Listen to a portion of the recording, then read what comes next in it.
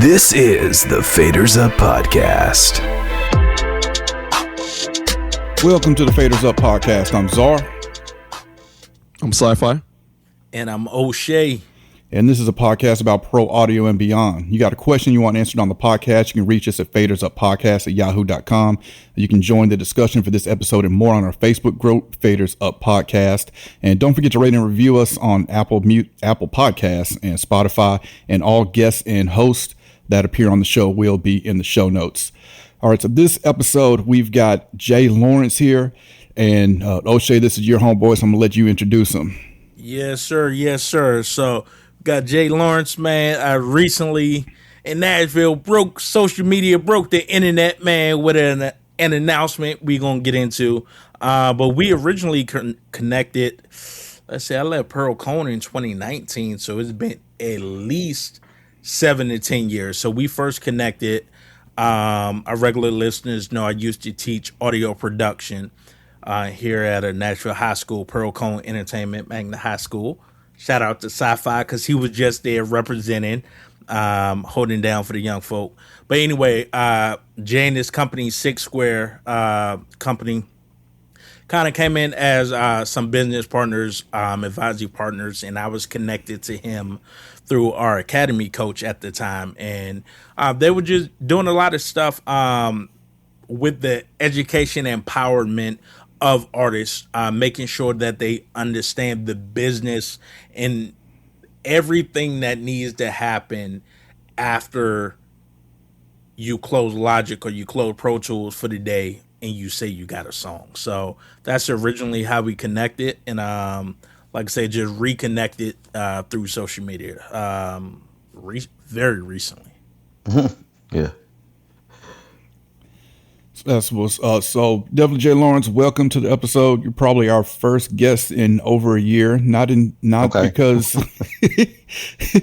not because we don't want to have guests, but man, years go by so quickly, and I've got people lined up that want to come on, and I'm like, yeah, I'll get you on, and then we look up and it's been a whole nother year. So definitely thank you for joining us. Oh man, glad to be here. Man, we glad to have you, man. Let me say one more thing. I just remember going back to our conversation on the phone last week. So, ironically, you're our first guest in a long time. And I think what you told me, we may be the first podcast that you've spoken on since making that announcement a couple of week's ago. Which I'm not going to give it away yet, but we're going to get into it. So we're honored. I get the first. Yeah, I know a lot of people have been and pulling on your ear, man, and trying to, get some questions answered. So we're glad you decided to pull up on us. Yeah, we got to be picky about that type of information. So, I trust you. And everything I know about you, and and knowing you back years ago, it just makes sense at the end of the day. So I really appreciate, the opportunity to sit and talk to you about this, because believe it or not, a lot of people don't want to talk about this. So, so I do appreciate it. So, Jay, for people who don't know you, tell us a little bit about yourself and what you do. Oh man, I got to talk about myself.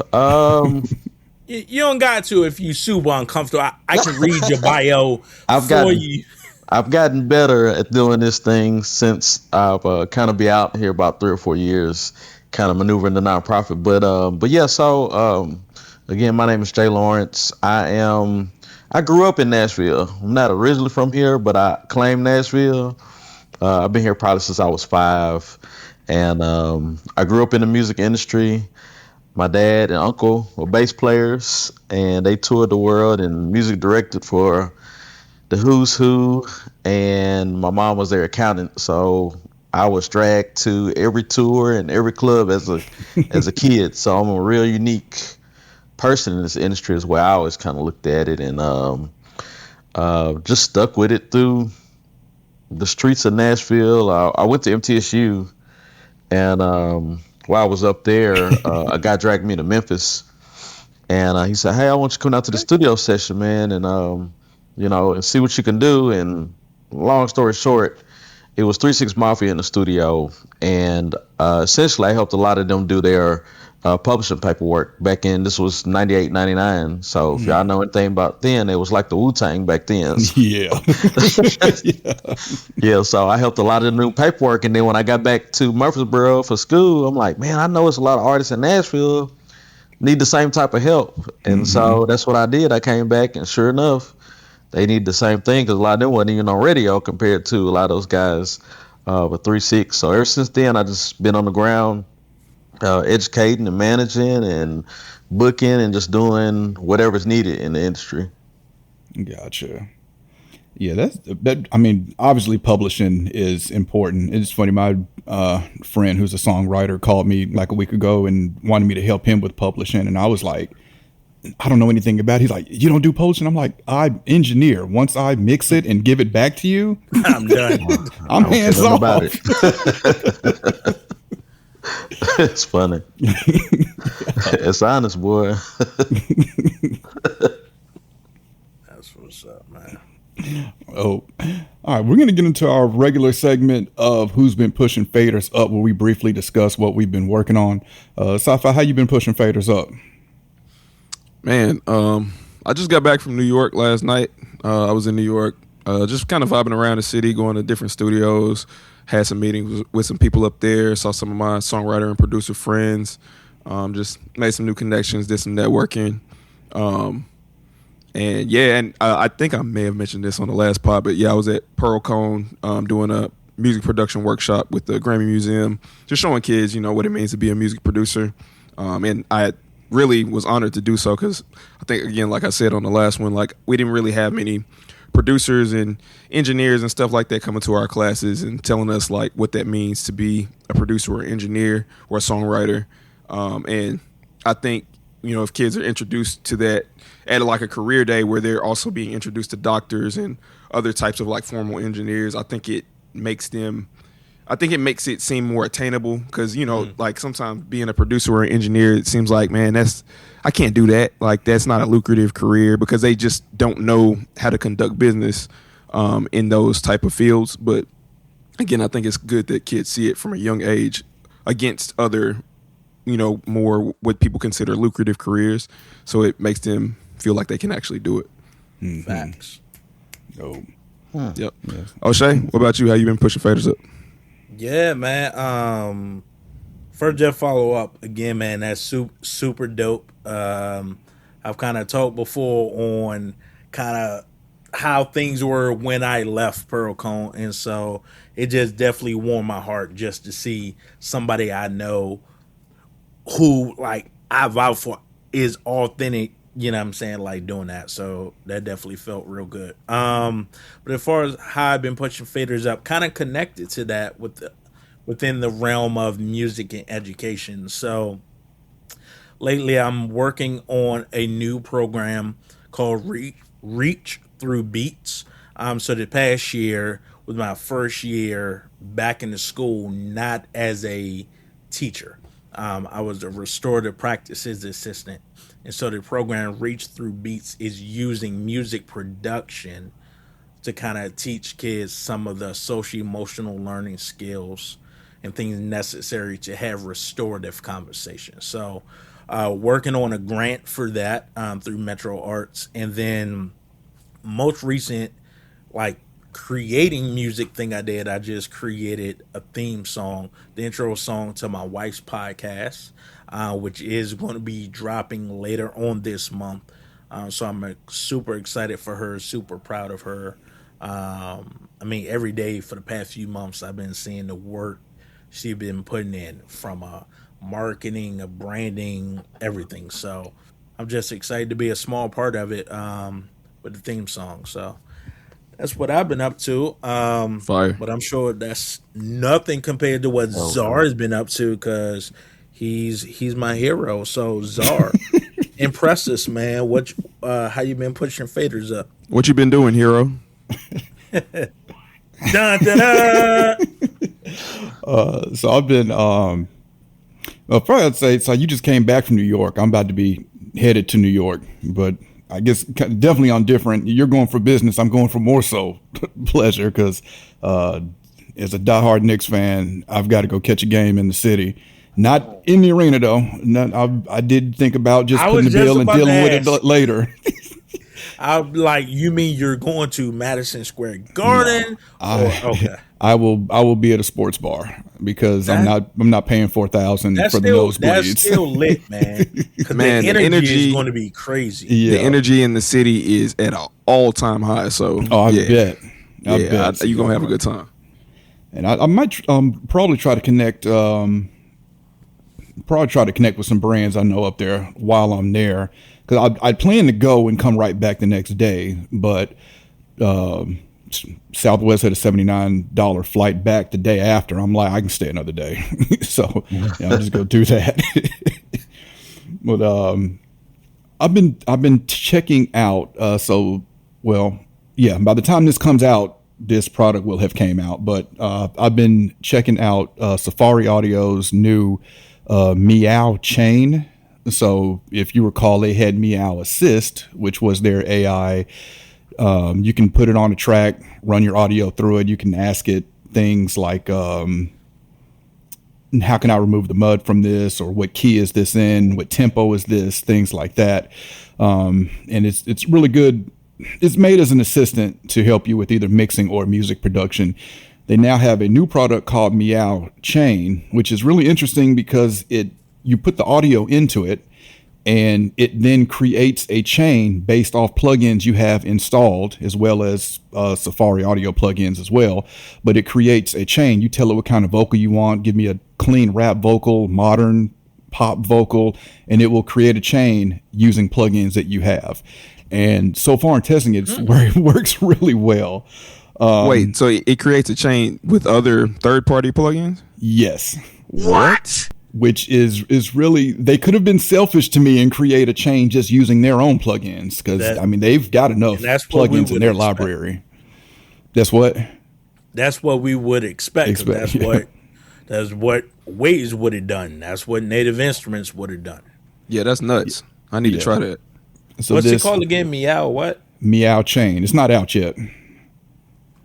See, I told y'all it was gonna be dope, man. He always getting this. That's why he's our hero. But I've noticed that it hasn't it hasn't used any of my Waves plugins or Softtube plugins. So I'm gonna contact them about them. I'm just curious about that. I've just noticed that it's used like my Plugin Alliance stuff, my Sound Toys. What else? Yes, I said Plugin Alliance. Yeah, but it hasn't used any Waves or Softtube, and I think there's another third party I noticed having. So I don't know if what's up?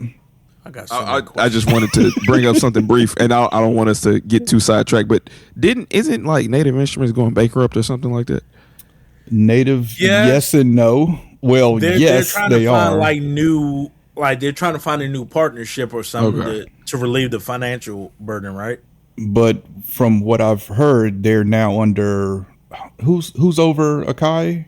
I forget. All Music, something music. In Music, yeah. They're under that umbrella now, which is super weird. But that's right. I did see that.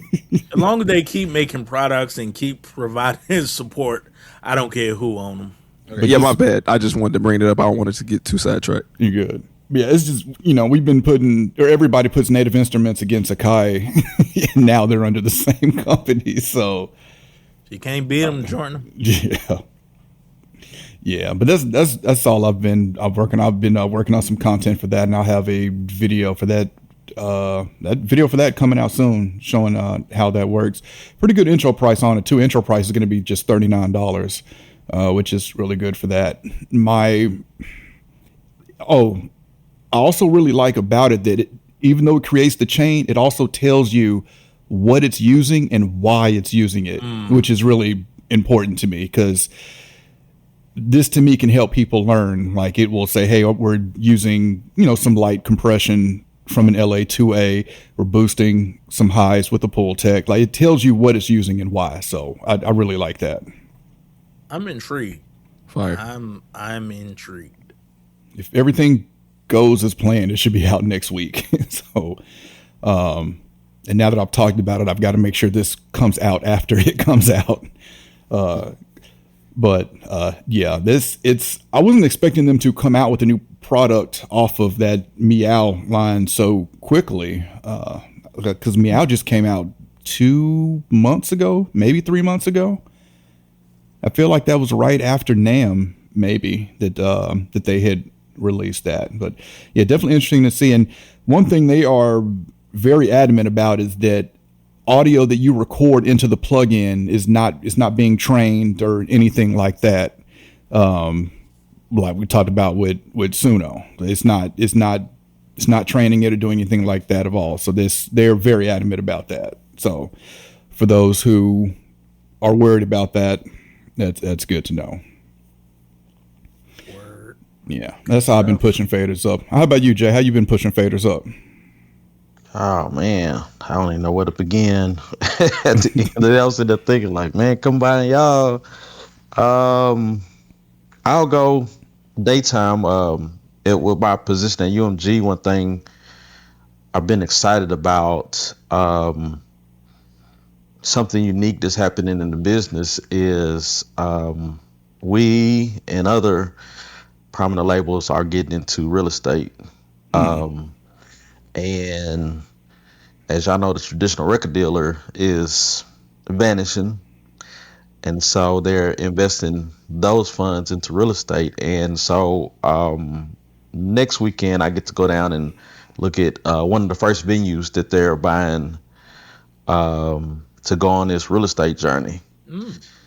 And if you do 1 + 1, yes, it equals 2. More real estate and more venues the label controls. They control touring, all aspects of it. It's a whole, it's just changing, so I'm excited about that. During the day working, in the evening, and it's crazy, like we're talking about Procon. I just reopened my pencil partnership. Yeah, so I'm excited about that. They wanted me back at Pearl, but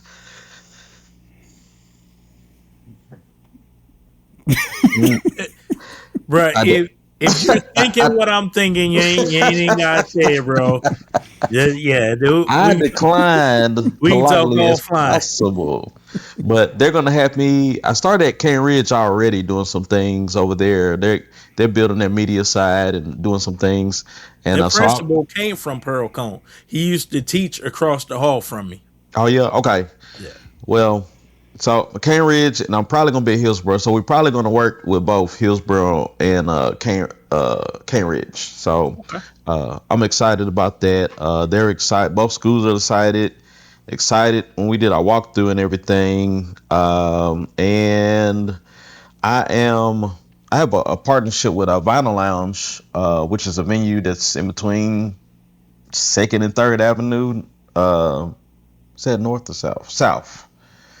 In the Wedgwood, Houston area. And we're doing some events here consistently coming up. And so I'm excited about that. We've been working with them probably a year now. And they're a straight music venue, so they're not open unless somebody's on stage, basically. And so we've been doing a lot of partnerships. Can y'all hear me? Yeah, we can get you. Okay. So we've been working on some partnerships and doing that thing. I hate really doing events, but I love partnerships. So a few weeks ago, we did a sneaker and kind of a fashion type joint and mixed in the artist performances. A lot of those things don't happen here in Nashville, but you'll see them in like Vegas and at Analog, Texas and LA. So was that at Analog where y'all did that? No, it was at Vinyl Lounge. Okay, gotcha. I just did one similar at Analog that I performed at with the artist. Okay, yeah. So so that's one. So those partnerships and things like that is like things I'm really excited about for Six Square Company, and just trying to add some more diversity to what's going on in our entertainment here in Nashville. Gotcha. Back up to what you said. When you said that labels are investing in real estate, my mind immediately went to studios, and then I said, well, maybe it could be office space. And then you completely blew my mind by venues. I was not expecting that. Yeah, buddy. It's just a little snippet of what's as a change that's probably going to happen here at the Wild, because the majority of these labels now are probably going to be distribution companies. See that? And that risk is gone, and so it just makes sense. But yeah, I'm still like, my mind is just turning, like all the possibilities. Like anytime you walk in these venues, you're gonna hear UMG artist or Sony artist or whoever owns that, and it just makes sense. Controlling the market. Are these already built venues, or are they building venues from the ground up? Ground, few of them are ground up, a few of them are rehabs. Because in the pandemic hit, we lost a lot of venues, and so I really think they're doubling back and overpaying for those that haven't been going. But next week I'll be the first one that I'll go to and kind of see the process, and they're putting teams together for that too, so that should be interesting how that pans out. So it's a lot of things going on. Yeah, that's gonna be really interesting. Very. Because definitely lost a lot of venues, and definitely Nashville would be a place with a lot of venues. A lot of them. Yep. And it would be interesting to see places turn into venues as well, especially if it's done right. Because just as audio engineers, so many times I'll go in a club or space or something, and I'm like, the acoustics in here is horrible. It's like the acoustics was the last thing they thought about. Right. Which is ironic because it should be the first. Yep. Yeah, exactly. Or it's just something they didn't put the most money into that. They put the money to the shell instead of the.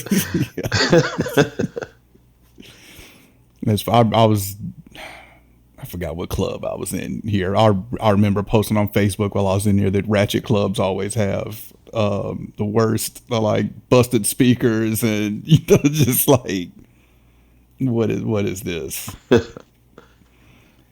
But yeah, that's definitely. I definitely look forward to finding out more about that. All right, we're going to get into our main topic here of our discussion here with Jay Lawrence. O'Shea, I know you told me to introduce the title of the episode, but I don't even know what we're titling this episode.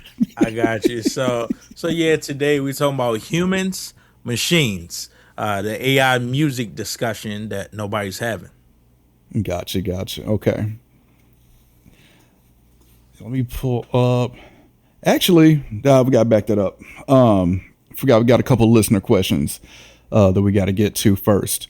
First question we got here is from Andrell Juicy Dre Moore, which comes from our Facebook group.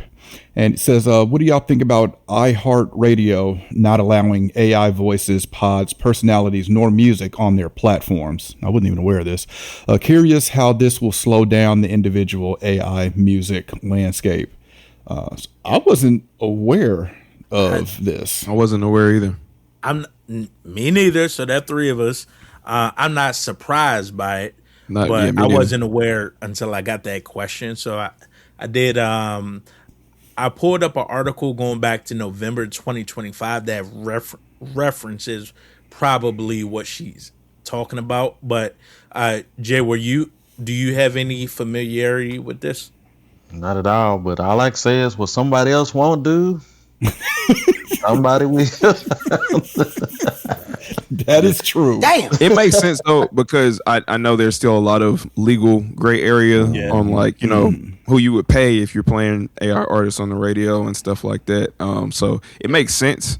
And yeah, I don't know. I'm not necessarily against it per se.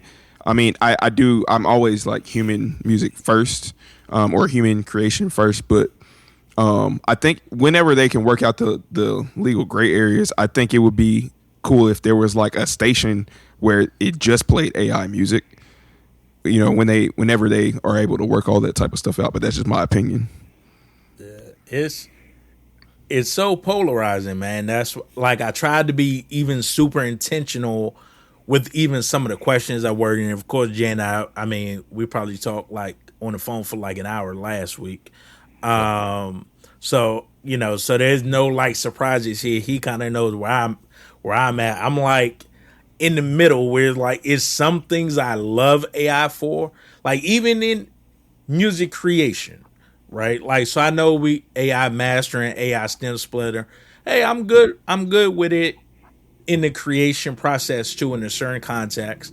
And then there's some things where it's like, nah, I'm not raising a pitchfork in the air trying to, what I'm saying, off with his head, but I'm like, I don't feel too good about that part yet. But I can give you the summary real quick of the article. So on Billboard, the title basically iHeartRadio execs say they won't play AI music or use AI generated personalities in staff memo.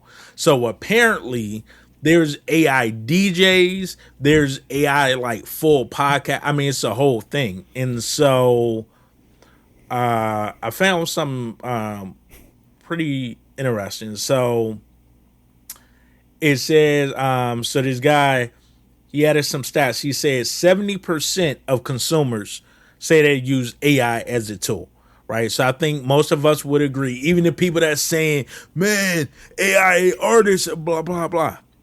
They're using AI in some way, shape, or form, even if it's not music related. So 70% of people say they use it, but it said 90% of people want their media to be from real humans. And then 92% say nothing can replace human connection, which is up from 76% just 10 years ago. So yeah. So I guess for a question, why do you think they're doing it? I mean, I think one, it's money. I think this is such a polarizing thing, very political, right? Where like people are trying to make sure they're on the right side of history. So however the dust settles, if it settles in their favor, they can point back and be like, hey, remember in 2025 when we took a stand and said we're not playing AI or whatever. But it's a spectrum. Like here's what I think. I think when people hear AI music, they think worst case scenario. Like they think, man, in 10 years it's taking my job. We're depending on the government. Like crazy stuff. Whereas like it's a lot of steps before that. Like, and using AI doesn't mean you have to use it like that, right? Like some people, and we'll find out in this episode, some people that are using AI artists probably have not abandoned working with human artists, right? But we hear, oh, AI artists, what about all these people? And it's like, y'all done jump to conclusions, right? So my favorite words are balance and context. Like, can we just look at the facts, the pros and cons, and make an informed, non-emotional decision, if that makes sense? So, Juicy Dre, that would be my answer to your question. But we can share the link to this article in the show notes if you want to read and get more. I mean, I wasn't aware of this, but I guess I feel like they're saying that they won't share it. The way you read that made it sound like to me that they won't do it coming from them, but I don't know. I mean, I kind of feel like, how would they know? Almost like that TikTok sound. It's like they're gonna find out. Like, how would they know? I mean, I think creators know, but the average listener won't. Like, I can hear a song and I'm like, oh, that's Suno. But my brother's not gonna know that, because my brother's sending me songs like, yo, did you hear this new song? And I'm just like, I would have liked it had I not known, I feel like there's levels to, if I've got a spot on iHeartRadio, how long can I get this AI off before before they're like, oh, wait a minute, this is AI. We need to put, like, who's policing that? Yeah, I mean, Now, do. I will say that they're probably asking you up front, and that's just up to you morally to say if you are or not using it. That is part of it.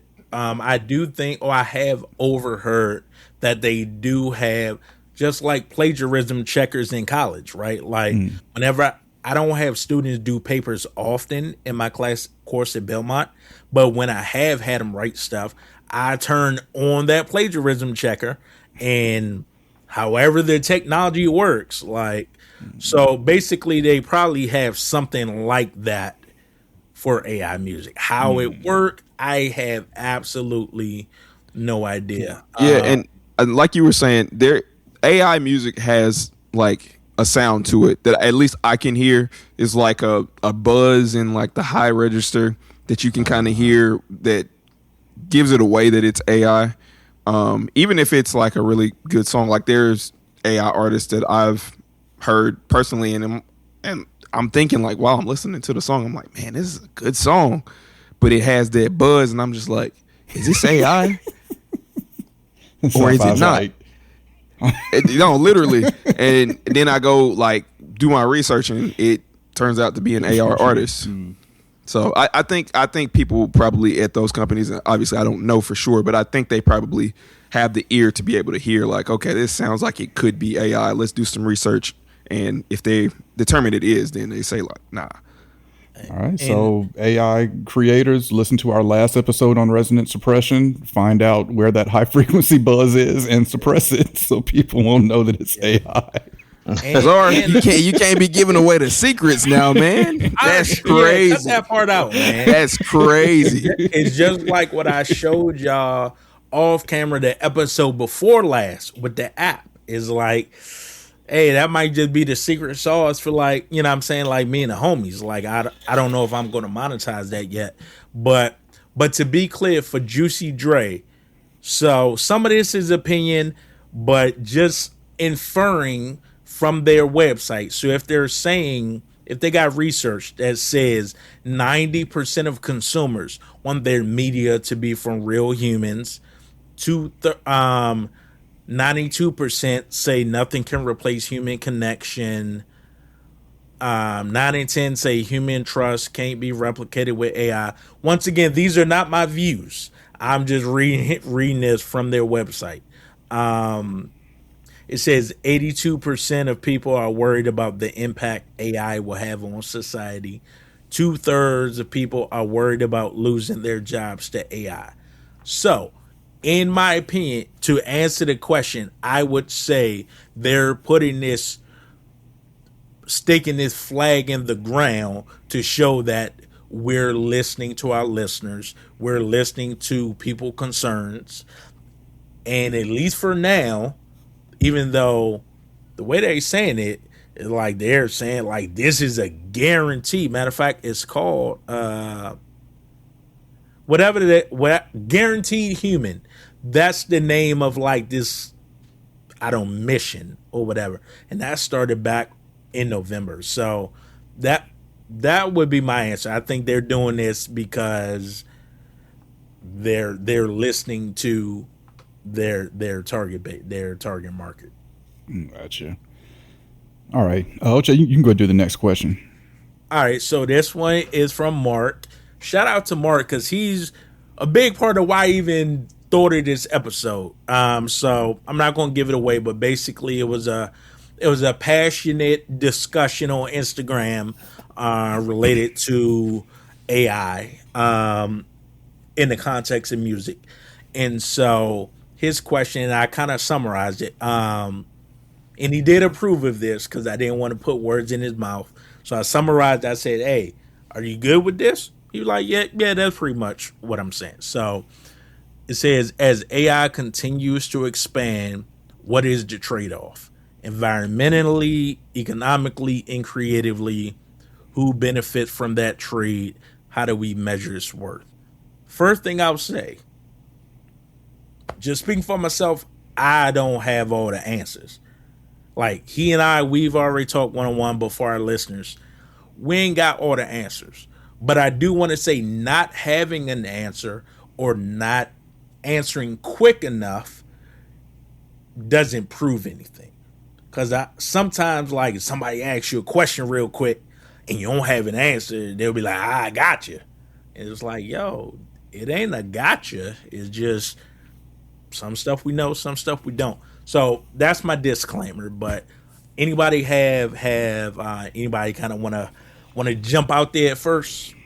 Yeah, I will. I think as far as like who benefits, I kind of think everybody benefits, and also everybody kind of maybe loses a little bit too. And I say that from like the perspective of a creative. You benefit because now maybe things that would have taken you longer, they don't take you as long, especially with like, if we're talking about AI in general and not even just generative AI, music generated AI, like ChatGPT, it can help you figure out things way quicker than even just Googling. Or even if we're talking about generative music, if like me as a music producer and a songwriter, if I'm working on something, but like, I'm making a track, I'm producing a song for an artist, but it just needs that last 10% and my brain is spent and I can't think of just that last 10% of whatever it needs to be a record and just a song. Instead of a song that I'm trying to make, I can generate something with AI in maybe a Suno or whatever. And now it gives me ideas of things that I would have never thought of because, again, my brain was spent. We do have limited capacity as humans, even though we don't really want to admit it. And computers have less limited capacity in certain functions that they can help us with. And now how I use AI is I'll, like, if I am getting stuck on something and it gives me like that last little bit, a lot of times I'll take that idea and I'll be like, okay, I can take that and I'll replay it myself, or I'll use sounds that I have on my own and just use it as a tool. But not knocking if you do actually use what's generated too, because I think if you're not just purely using it like just a prompt and you're actually having your human input, then I think that's fine. But then you also do kind of lose a little bit as a consumer and a creator, because as a consumer, you may lose maybe a bit of that human imperfection. That even though we want to try to strive for perfection as musicians and producers, engineers, and all that. The beauty is in the imperfections, and a lot of people resonate with that type of thing. And I think a lot of AI, not all of it, but a lot of AI music is very perfect. It's code, so unless it's calculated for the imperfections, usually everything is coming out super clean and super like on the grid. And sometimes people may feel like this music is just too straight. I need something that is a little bit more dirty or whatever. And then as a creator, of course, you can lose out on at least right now, maybe lose out on like a spot. If you're trying to fight for somebody on a playlist or something like that, or fight for a spot on a playlist, an AI musician or an AI generated song may now have that spot, and you may have to compete with AI, at least right now, to my knowledge. Of course, I don't know everything either. And this is just how I see it through my lens and based on the knowledge that I'm exposed to. So I think there's always, whenever there's new technology, there's always going to be some give and some take. Just like we talked about this before, like drum machines and DAWs and stuff, samplers. Like samplers. And it's going to be the end of the industry. Yeah, and it's still here. And again, these are all my opinions. This is how I see it, and I know it. Again, like you said, it can be very polarizing, but I'm just always more of a person of I'd rather take control of it than it take control of me and take my position. So I think if we as creators and even as consumers can look at AI as AI and not it replacing some, a spot or our space, because it can, and a lot of times it has and it will. But I think if we can band together and find a way to coexist with it peacefully, and I know that sounds crazy, but if we can find a way to coexist with it peacefully, then it just like Terminator, man.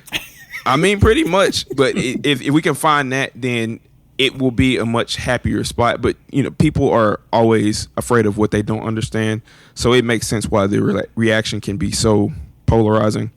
But yeah, that's just how I see it versus like the benefits and trade-offs. I kind of want to piggyback off of the last thing you said, but then I'm a actually pass the ball before I share my full thoughts. But what you said, people fear what they don't understand, right? And then people hate what they fear. So, like the question that hasn't actually been asked, like, why is it so polarizing? Like, why are people so passionate? Because I'm talking about, I've been a part of discussions. I've seen discussion where it's like, this feels like election time. Like, I mean, hey, we ain't endorsing any political party or whatever, but it feels like personal conversations I've had with MAGA Republicans. Well, in terms of the passion, the confirmation bias, the refusal to receive anything that could possibly change what you're already holding on to, right? So fearing what we don't understand and then hating what we fear instead of just seek understanding. Yeah, then quickly. Go ahead. Yeah. Not quickly before, because I don't want to take up time for anybody else. But I just think a lot of times people are like, especially musicians, are like, man, I've worked 10 years to be able to do this type of thing, and then somebody comes along and they prompt something within 5 minutes, and they have fast tracked their way to the same spot that somebody who had put all that work and time and energy and love and passion into, and they're somehow now at the same spot. And to them, I think it feels unfair, and it doesn't feel like it's right. And I understand and I agree. It's not fair, and it doesn't feel good whenever you've put all that time into something. And not saying anybody's wrong for feeling that way. I think they're totally warranted. I just from my perspective, again, these are my opinions. How I view it is, I'm like, okay, well, maybe it can fast track me even faster, since I do have like years and years of experience.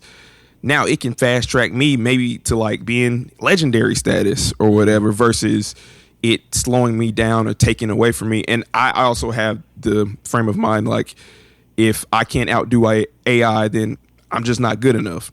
And in my opinion, I know I'm fire. So AI is never going to be a threat to me, because I know that it's never going to be able to really compete with me because of my taste. AI doesn't necessarily have taste. That only comes from a human. No matter how much you can try to code, taste is your opinions and your experience, your unique frame of reference. So that's just how I see it.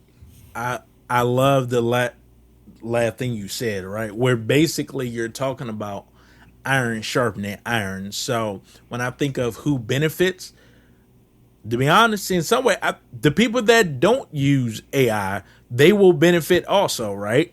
Because I think it's going to challenge you to do more, to do things differently, to figure out how can I differentiate myself. So I think that'll help. Also, I think it will help the current music creators who may or may not use AI, but they're open to the idea, right? Is like one of the ways I've used it is I've used it just like how I would sample, right? So and before I say, the other thing it helps, prompt engineering is an actual job title. Now I know it's not musical, but hey, there are kids learning coding right now that love music. This could be a path for them, right? But so, working on a song I was doing. And so, I put in the prompts and everything. And it spit some out. And this was for my white podcast. And so I made her playlist with like 9 beats straight from Suno. Like nothing I did, just to give her a demo. Right. And she was like, oh, I like this one.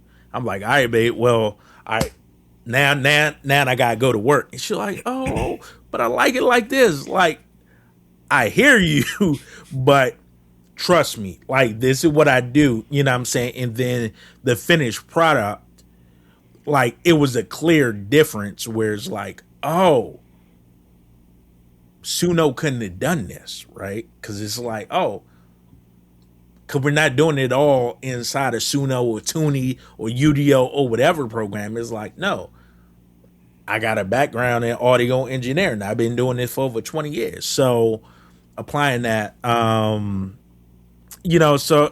that's one thing that I see. But I'm curious, Jay, from your vantage point and kind of your role in the industry and being around creators, I'm curious, kind of 2-part. One, do you have a thought or perspective on it? And then 2, is there a perspective that you have heard that you resonate with, like from anybody, where it's like, you know what?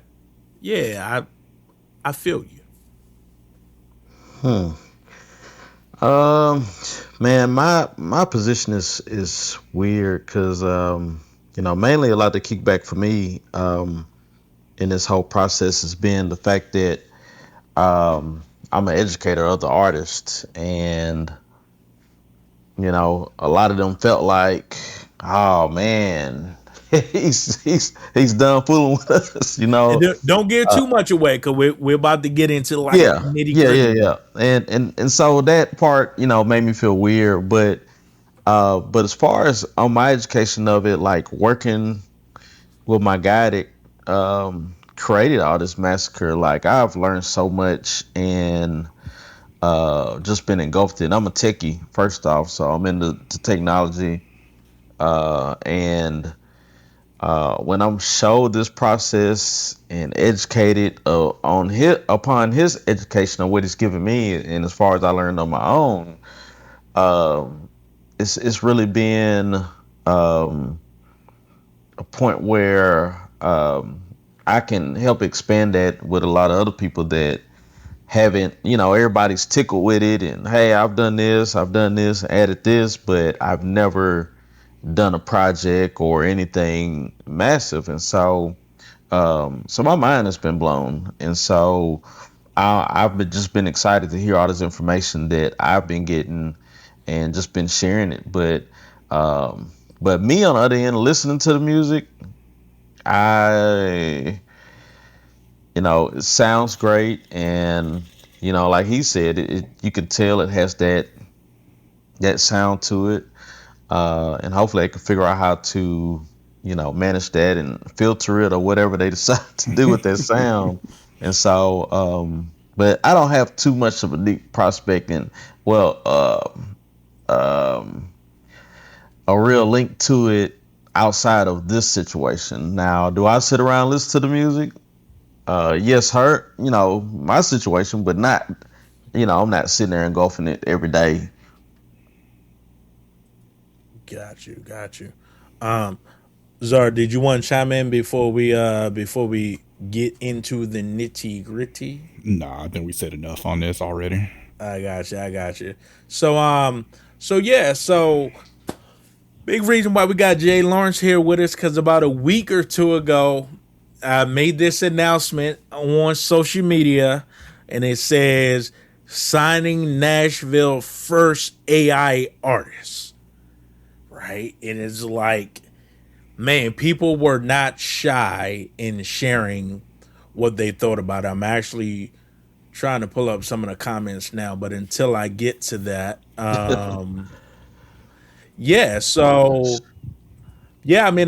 first question, considering all your experience, past and contrary to popular opinion, still present experience working with human artists, what made you decide to sign Nashville's first AI artist? Well, when I was presented the opportunity, to me, it was a no-brainer. We created Six Square Company in 2018, and we've tried to resource our resources to our Nashville artists. And it's such a long journey. Even to this day, it's kind of like we actually created Six Square Company because of Atlantic Records. With them moving here to Nashville, and my business partner is an auditor for Atlantic Records, Atlantic Warner to be specific. And we've been through the ups and downs, trying to get over this hump to be able to take a Nashville artist and present them and have our situation with Atlantic. And once we open that door at Atlantic with one artist, guess what? We were able to open up that door for the others. And so that was the plan. That plan, what is it now, 2026? It still has not taken effect, unfortunately. And so when I was presented this, the first thing I thought about was all the ups and downs we've had. Since 2018, I would say we've probably entertained only 2 artists out of the. We started with 35 artists. The day we started Six Square Company, we had a big meeting at the Atlantic office downtown and invited everybody out, at least 35 to 40 artists, and told them what we wanted to do, what we was going to do as a company, and we told them what we wasn't going to do as well, and we told them what we can't do on top of that, and been transparent with them. And at the time, we had a distribution deal with, they were E1 at the time, now they're MNRK. And on top of that situation, we was able to offer them a distribution deal, even if we didn't take them to Atlantic. And still, not a one signed. We did sign one girl. Ran into this girl's got to be dolled up every day, anytime she steps out, and that's a lot of bread spent, on just that. We're not even talking about none of the got to the music yet. the music, marketing, or any of those pieces. And so now, sitting here looking at this AI opportunity that my guy and his team created, and I'm like, this is way more appealing. Kaya we don't have to put nails on her. We don't have to dress her. We don't have to get her hair done or any of this. All we do is pick out the fits and make sure they look good. And they do a good job of that. So that's probably the first thing that stuck out to me when I was showed this. And I just reverted back all this money we spent and some relationships that were crushed because these people didn't want to follow a blueprint. Like, we're offering you opportunity and we're presenting your blueprint. Just stick to the blueprint and we'll help you through the blueprint. But they didn't want to play ball, because once they kind of got behind that curtain and seen some things, they're like, oh, I want to do this, I want to do that. No. No, we just need you to do this first. And we're going to do that. And now it's like, we don't even have to do none of that now. None of it. We ain't got no talk back.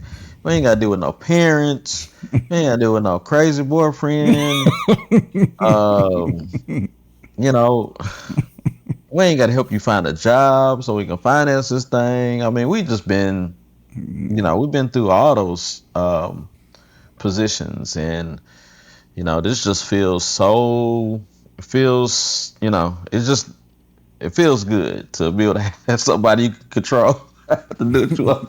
And and that, man, that's gonna be a trigger for some people, right? Like, think back to all the smoke that Timberland got.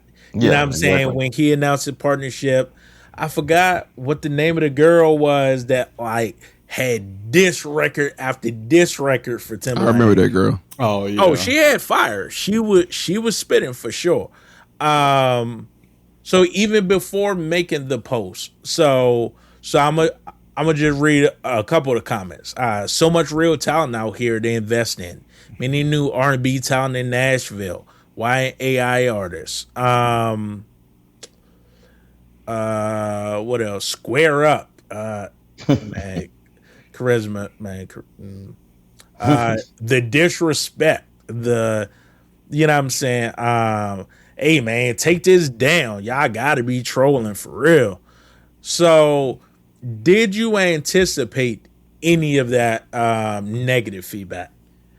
And was it like, hey, it is what it is, I don't care? Or was it like surprise and then you had to process how you were feeling about it? I think I was surprised at some of the feedback, but I was expecting half of it.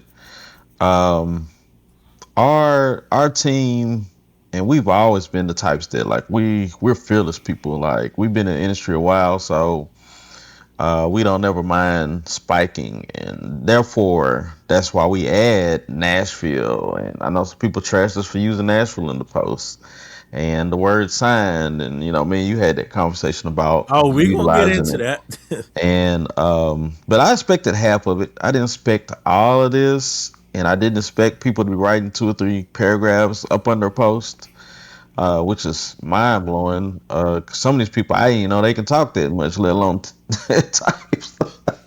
You know what I'm saying? I mean, but it show you people paying attention too. Like, Yeah, yeah. I mean, some people could have posted this and got no response because wasn't nobody following them, right? So you've already kind of cultivated and curated some, I would guess, and you can confirm meaningful relationships here in the Nashville community, music community. Yeah, I mean, a lot of these people, they know what we were doing, what we've been doing since 2018. And they've seen this, seen us do that, and try. They've seen us trying.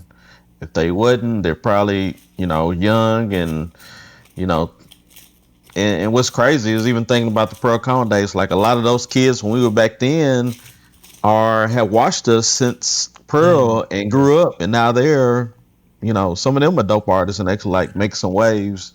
And, so a lot of them are looking at us like, what is going on with this? And so, but I expected half of it, but I just didn't expect some of the vulgar pieces of it. People like really being disrespectful. You know what I mean? Like I didn't expect that. And looking and weeding through that, it's like, I mean, hey, do better, do better, work better. And it just opened up a door for me.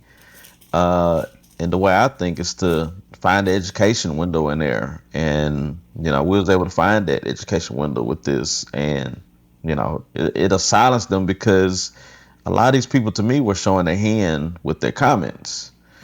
It really let me know, like, you really don't understand this other piece of the business, which we lead into the publishing conversation after that. And, hey, I'm sorry, but now I know where you're at, and everything you told me or told us have been definitely false because you're showing your hand with this conversation. So yeah, so I expect to have of it. Okay, I have a question. So I know you mentioned like how the opportunity presented itself, and you didn't have to deal with a lot of backlash from artists being picky, and like you said, parents and all kind of factors that you don't really want to have to deal with sometimes, dealing with the varying opinions and varying things that come with the artist. Is that the primary reason that you decided to go in that direction, to like have an AI artist, is to have an artist that that you don't have to have backlash from, and that you can say like, all right, we want to do this, and it gets done. You don't have to wait. They don't forget. They don't have a party. They ain't, hadn't stayed up drinking too late or whatever. They just get it done because that's what needs to be done. Yeah, exactly. To me, that was the thing. Like I said, when they brought this to me, and I mean, my mind just went all the way back, like, golly, like, man, we would have been through this, been through that. We tried to sign a guy last year. Should I say his name or should I? I believe y'all should know him, but I'm not surprised if you don't. But I'll say his name. His name is David. He kind of went viral for the TSU Tiny Dorm. And he was on Channel 2, Channel 4, and Channel 5, and he just basically recreated Tiny Dorm at TSU. I mean, Tiny Desk at TSU on his dorm. Y'all can Google it and y'all see what I'm talking about. But he's an R&B artist, and he actually just graduated from TSU. And we really wanted to sign him, and it's like we've known him for a couple years prior, and it's like before we took this man out to eat. He has a manager in Georgia. We were going to be an extension of his manager, being that we're here. And we was going to put him in the street and run around and do the branding thing. We took him 92Q. He did interviews up there and developed a relation with Kenny Smooth and all this. And then all of a sudden he goes just cold turkey. No reason, no, hey, y'all kick rocks or anything, just went blank. And now that's playing in my mind as I'm sitting there looking at all this visibility stuff that's been created around her. And so I would say, yes, that was the main thing, unfortunately, of me really taking a peep down this road to see what's down it. Yeah, I think, and again, this is just somebody who kind of sees everything from a neutral perspective. And of course, again, like I always say, this is how I'm processing it through my lens. Is I get the dichotomy of it because, yeah, like you have artists that being an artist is not an easy thing, and you have to have a lot of work ethic and a lot of discipline to be an artist. And a lot of people love to be creative. They like to make music, but they don't understand the other side of it is this is a job. Just like you go and clock into work, you have to get your stuff done. And, some people, they just see this as like, I just want to be creative. I just want to do my thing. So I get it from the business side, from the commerce side. Like, even though you have something that is a creative artist or whatever, that's still something that is supposed to be generating, hopefully giving you some type of ROI eventually.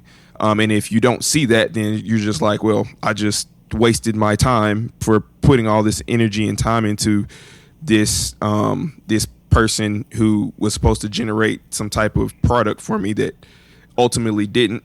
And then I also see it from the artist side too, because they're thinking like, well, now they're not going to create, they're going to focus on these fake, robots, whatever they call them. And you're going to give up on the real people who make real music and really put real emotion into the music. And I think both sides are very true and very warranted because, it's tough. Again, like we were talking about, like there's going to be benefits and trade-offs for both sides. That's just how the world works, especially when new technology develops. That's always how it's been, and we have to try to find ethical ways to deal with it. Hopefully, if we are ethical people and people with decent morals, try to find ways to balance them out because we don't.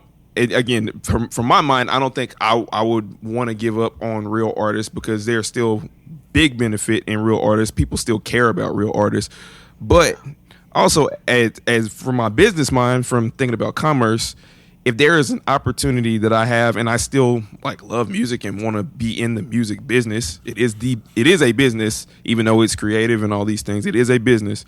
Right. You can't necessarily ignore that opportunity if it's being presented and you see it can be lucrative. So it's tough, and it doesn't mean that one cancels out the other. I don't think so. It doesn't have to, right? It depends. Now, Jay. So how do you see it? Do you feel like I'm just going over to pure AI artists now forget the artists, or are you still invested in like real artists? Like, what's your take on that whole landscape? Yeah, my thought process was, see, I had to go into my community I have about 50 to 60 brands in my nonprofit, and the majority of these brands are artists. And so I literally had to go in our group chat and make a public service announcement, or whatever you want to call it. Whatever that thing the president does. Like a press release? State of the Union. Yeah, Oh, yeah, I had to yeah. make a State of the Union to explain myself, and I probably could have. There's a lot of things I look back could have probably done different, but I think I was so focused on, like, man, really, I just wanted to be the first. Let's just keep it real. Like, I didn't really realize there were a lot of other people that had AI artists. They just didn't want to say anything. So those people now are thanking me and us for, taking some of the backlash they're probably going to get when they decide to announce whatever they thinking is. But to answer your question, my thinking was there's resources behind this. And like I said, we've been doing this since 2018 and like really doing it. If I break down between 2018 and 2026 and in increments, y'all would really understand it. But my thing was, I'm tired of sacrificing a human artist for resources. Why not sacrifice something that doesn't really exist to see what resources I can use for my human artists, our dope creators? That was my thinking. And that was my explanation to them. It's like, okay, we can, if we want to take to monetary ideas and things that can happen, yeah, that's cool. Like, if there's some monetary pieces we can sacrifice that to use for even my team alone, to hire my team with an advertising deal with this AI artist, hey, that's a chance I'm willing to take. And when I explained it like that, I think they became more open to it and really seen, because like you said, they're just artists. They only think recording and trying to get on stage every day, and that's it. They don't think about nothing else, and trying to make some money off of it. That's really it. So you want to leverage the new technology and hopefully, profit off of that, and then pour that capital back into a real artist that you feel like is worth the time. Exactly, because the thing is, it's like that's the whole goal. Like, when we started Six Square, and the reason why we call it Six Square, I'm surprised y'all haven't asked, but the number 6 obviously is 615. The square piece is, not sure if y'all grew up in Nashville from here, but when I grew up here, hustling Music Square West, which is affectionately known as Music Row, is where we hustled coming up. We knocked on them doors of those people, and I say those people, and we wanted them to let us in. And so, so that's where the square came from, Music Square West, because that's Music Row. Well, used to be,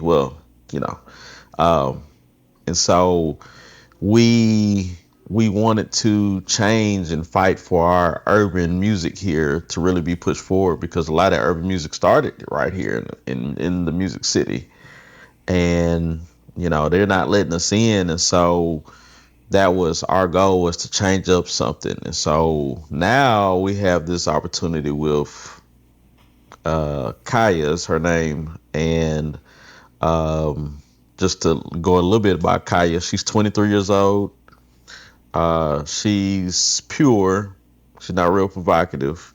He designed her well. He designed her like a common. Like, people seeing her, and people will come up to me and say, man, I seen somebody just like her. And so when your average person is telling me that, well, not average, but a creative is telling me he thinks there's somebody like her around, it tells me that image is resonating with them too. So I've learned that here in the last few weeks, that the branding of it, in which I'm huge on that, like, that's bigger than anything can be, is the brand of it. And so when people told me that, I was at Vinyl Sunday night for an event, and people walked up and told me like, man, we seen somebody look just like her, and I'm like okay, people are seeing it, so it's so yeah, so those are the things that I wanted to do. I'm just tired of, because we can drag these artists, man, and run them around, um, trying to get them to develop, and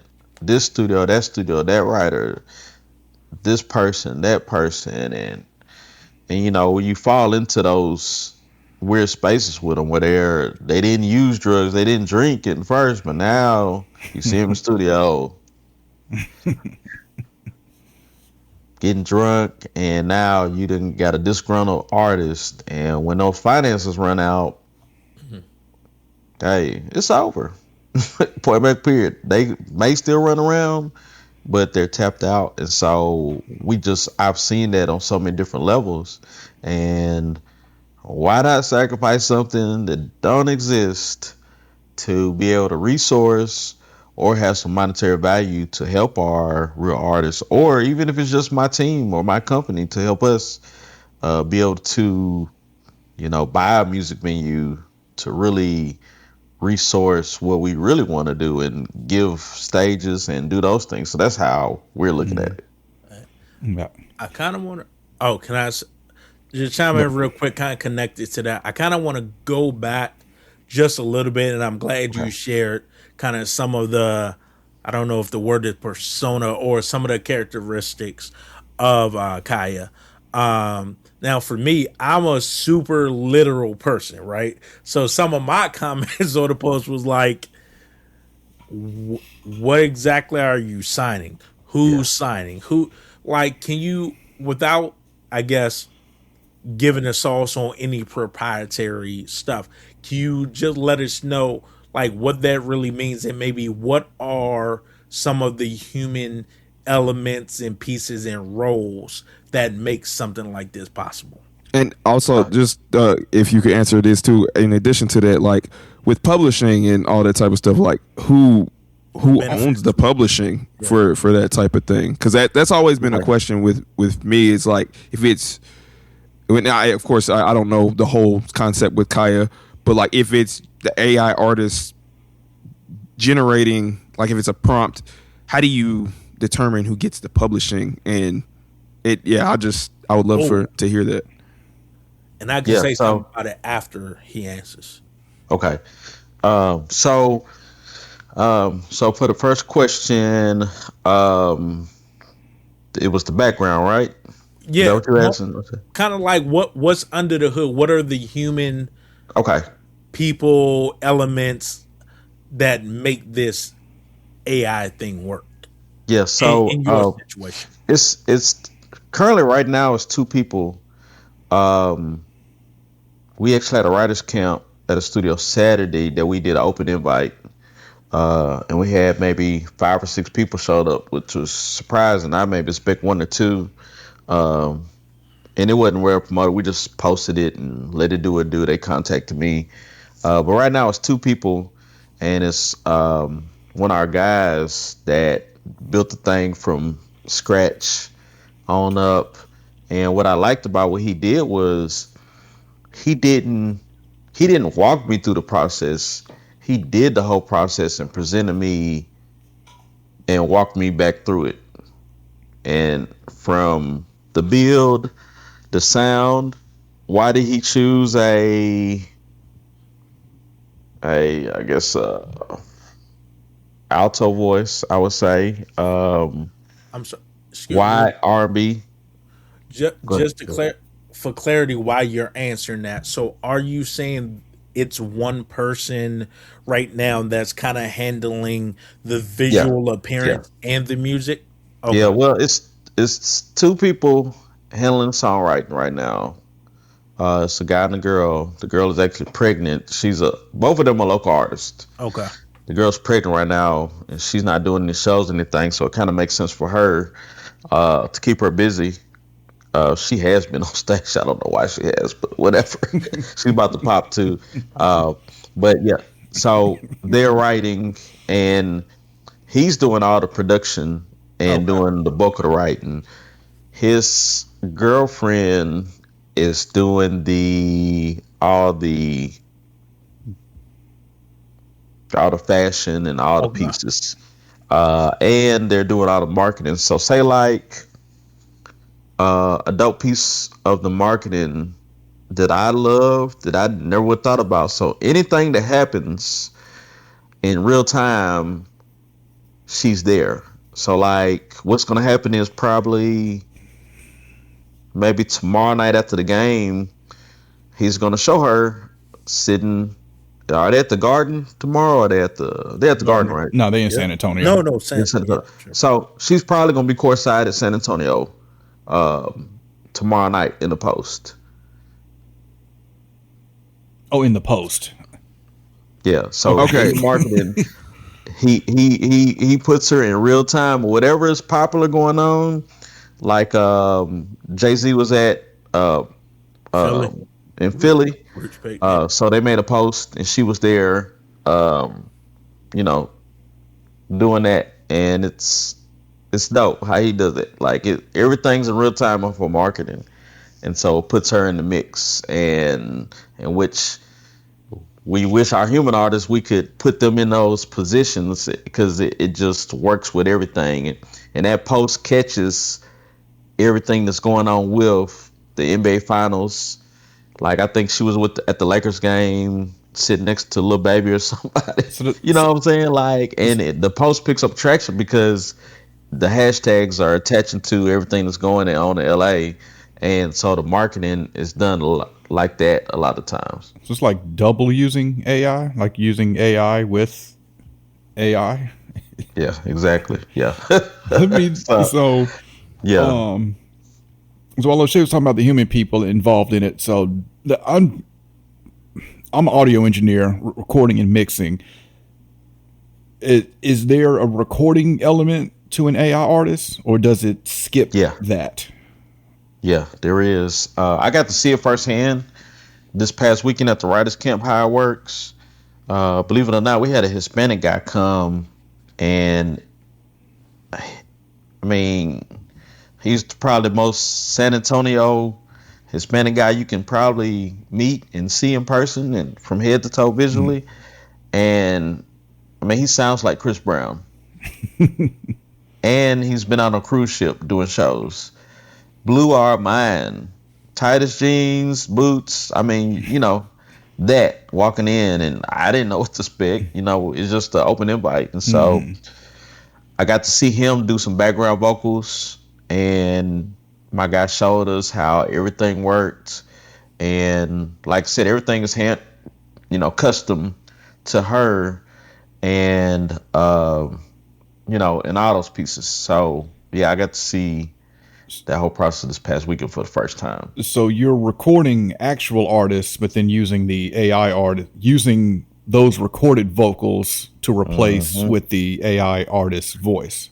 Yeah, but you can mingle the two, and you can also get multiple versions once you're finished, and it'll give you some options of which version would you like. And it always it's every time I think spit out. I think they work on maybe 6 records Saturday, and I think each one of them spit out like 4 different versions of it, and we'll go back and re-listen. And also it's the tuning of the voice. I know that probably took him the most time, was tuning it to her, because it was majority male vocalists that came through. And this was an R&B writers camp and production camp too, so producers came and brought beats, so they kind of got to see it. By him, you're referring to the engineer or the person that's over the AI artist? He does both. So okay. Yeah. And so so it was definitely hands-on. And I want to get to your question, the splits and everything, I think, right, was yours. So even talking about that, I'll tell you one thing that I did talk about. I did a live. Oh, you just went on mute. Cut out. I think you frozen. No, he didn't freeze. Hold on. Yeah, we can't hear you. But the AI don't want us to hear it. It's sabotaging us. All right, let's give him a few couple minutes to kind of. Yeah, we can't hear you anymore. Yeah, that's interesting. You might though. need to exit out and then maybe come back in, or because you might. I mean, it was sounding good. If you use battery, make sure the batteries ain't dead. Yeah, I see he's on a lavalier. While he's figuring that out, it's interesting though that there are actually humans behind the making of the thing, because when you think AI artists, you think somebody generated in Suno and it just spits something out, versus there are actually teams of people behind this thing, just like it would be a real artist. Yeah, is what it's sounding like. Is there are actually teams of real people, like production and songwriters and even vocalists, who are performing this thing, but they're using, I guess, their model for their artists to use, so whenever the song comes out, it sounds like their artist. And I guess they have the visual aspect of it too, where they can control that portion of it, where versus a traditional artist, they own their likeness and their voice, so they have pretty much all the decision making. Yeah, we hear you now. Yeah. I just had to take the mic off. Gotcha.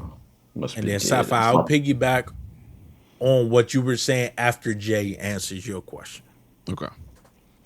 Yeah, so the splits, so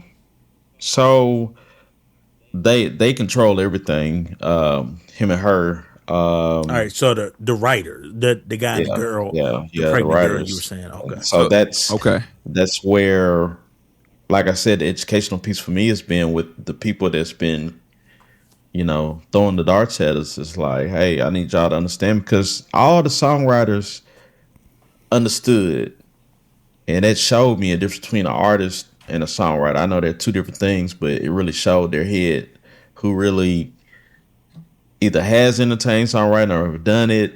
And the majority of people are just artists. They don't really get the publishing side, or they don't not knowledgeable of it enough. And so, so they definitely a whole team. I heard y'all talking like, yeah, it is a team, and that's the part that a lot of people had an issue with. Why is that? A lot of people had an issue with that. They were saying, well, I wish y'all could have some way, when y'all drop that, let people know that they're actually human writers, compared to they're thinking me and my partner Yella is back here just pressing buttons, making this up. And that's what most people are thinking. That's why, not even just about y'all in general, that's why I call the episode the AI discussion nobody's having, because everybody, not literally, but a lot of people are making these emotional comments and responses.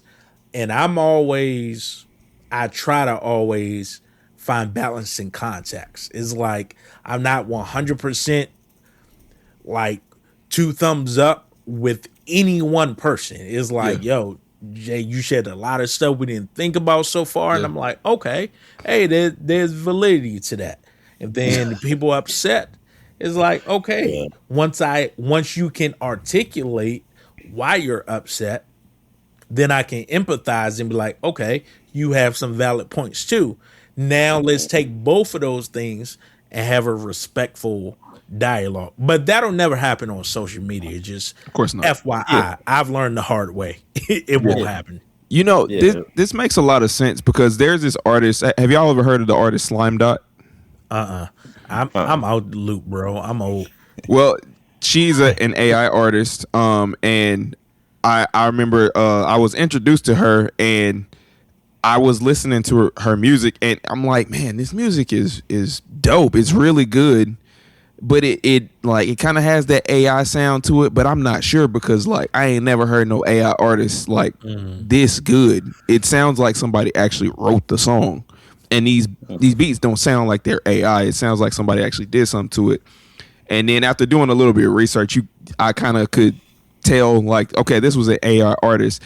But still, it was throwing me for a loop, because I'm like, man, is somebody just like a really great prompter or something like that, because these songs are like really good, and like I know people who listen to these songs, and most like again just most of the AI songs that are purely prompted that I've been exposed to are very generic and just aren't like that great to where it's like a bunch of people are just like, you know, people will passively listen to them but not be invested in it.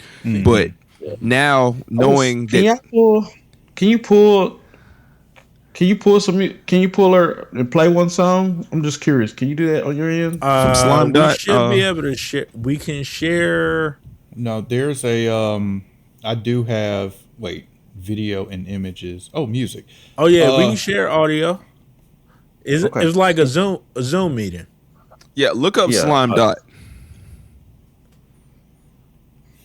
Yeah, but it makes a lot of sense now that Jay, from your artist, and I'm assuming this is probably the same thing, because this is what I was thinking was probably going on. Is there are actually teams of people behind that AI artist, like real people that are making real music, because it just felt too good. Like I can only really get that feeling. I assumed I could only get that feeling from human made music. See, with this, it makes sense for us with him because he was in the same boat with us. Mm-hmm. He interned for Generation Now, which is DJ Drama's label in Atlanta. Mm-hmm. But he's from Nashville. Okay. And so he spent a few years down there. Matter of fact, he was part of when they signed Jack Harlow. He was a part of that process, and he was writing songs. And then he moved back to Nashville because he's like, man, I want to bring what I learned down there, bring it back to the city. And so he started writing for a lot of these R&B artists in Nashville, and he just wasn't satisfied with what he heard.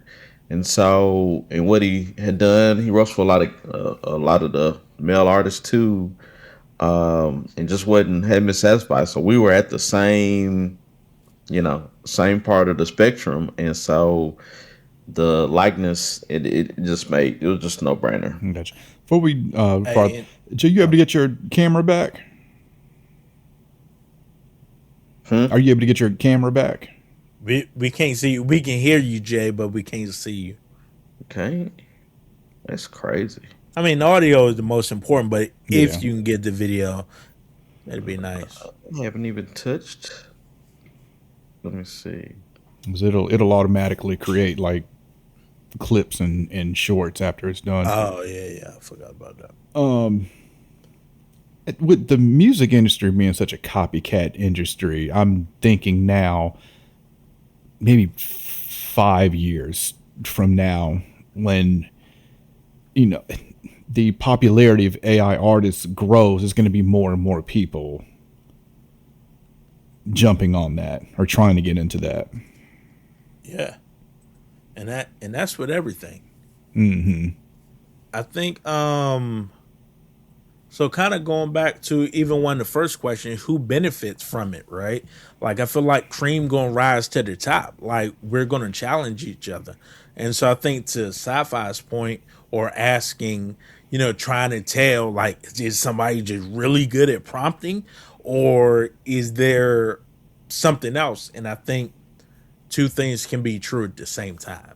Like there are definitely some people good at prompting, because you got to think how people are approaching this. Like when me and you, if and when we're messing around with Suno, we're already approaching it with 2 decades worth of experience making beats and recording and mixing and writing without any of that, right? So statistically, we're probably going to approach that differently than somebody who said, oh, look what I can do. I can make a song about, teacher. I can make a song about you turning in late homework. They're not a musician. They're not a songwriter. They're not. Now, I'm not dissing them, but I'm saying in my opinion, an actual music creator with experience, talent, and skills predating AI, I think once they learn just the little basics about prompting, will generate higher quality songs than someone who's just typing in random stuff. Because then, remember, as a producer, He'll jump back in. But as a producer, our job is to deliver the best finished song. So whether that means I'm making the beat, I'm playing percussion, or if it's just, hey, I put together the right drummer with the right keyboardist and whatever. So to your point, I think two things can be true. I think, yeah, somebody can just be dope at prompt engineering. And I think there's a human aspect of it, right? Where even the people that suck at it, it's still a human aspect because it's currently, or at least what we're aware of on a kind of mainstream level, generative AI in a music context is not fully 110% autonomous, right? Like at some point, there's input, right? I mean, like I know how I've used it. Like I think I told y'all maybe 2 or 3 episodes ago, I had to generate a theme song for a podcast. It was a topic I knew nothing about. I Googled, got some information about it, dumped that in Suno. It generated, you know what I'm saying, some lyrics and a vocal. As a music, I was like, they give me an idea, but that ain't it.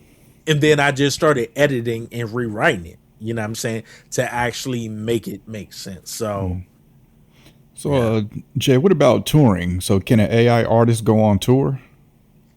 Yeah, so actually what's crazy is y'all can hear me and see me, right? Yeah, we're good. Yes, sir. Okay.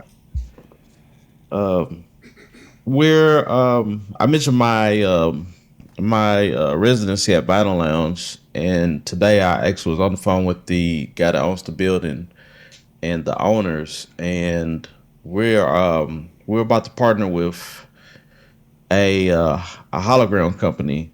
I got 2 in Nashville that I've been talking to and that are interested, and so we're in the process of I kind of pitched the Battle Lounge like, hey, why don't y'all be the first to house a AI artist on y'all stage? And of course, I mean, what they gonna say? No. Yeah. So, so we're working on that.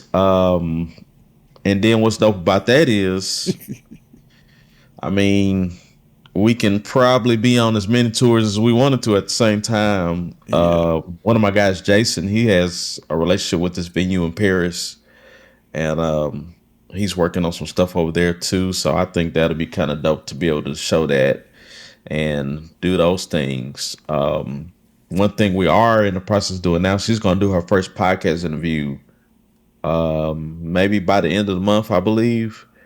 So we finna release our first video actually. I got a question. Maybe next week. I know I'm throwing y'all a lot, but so we finna get ready to do a lot of visual things. We do have 2 lookalikes, and we'll do marketing like Where's Waldo type marketing with those lookalikes.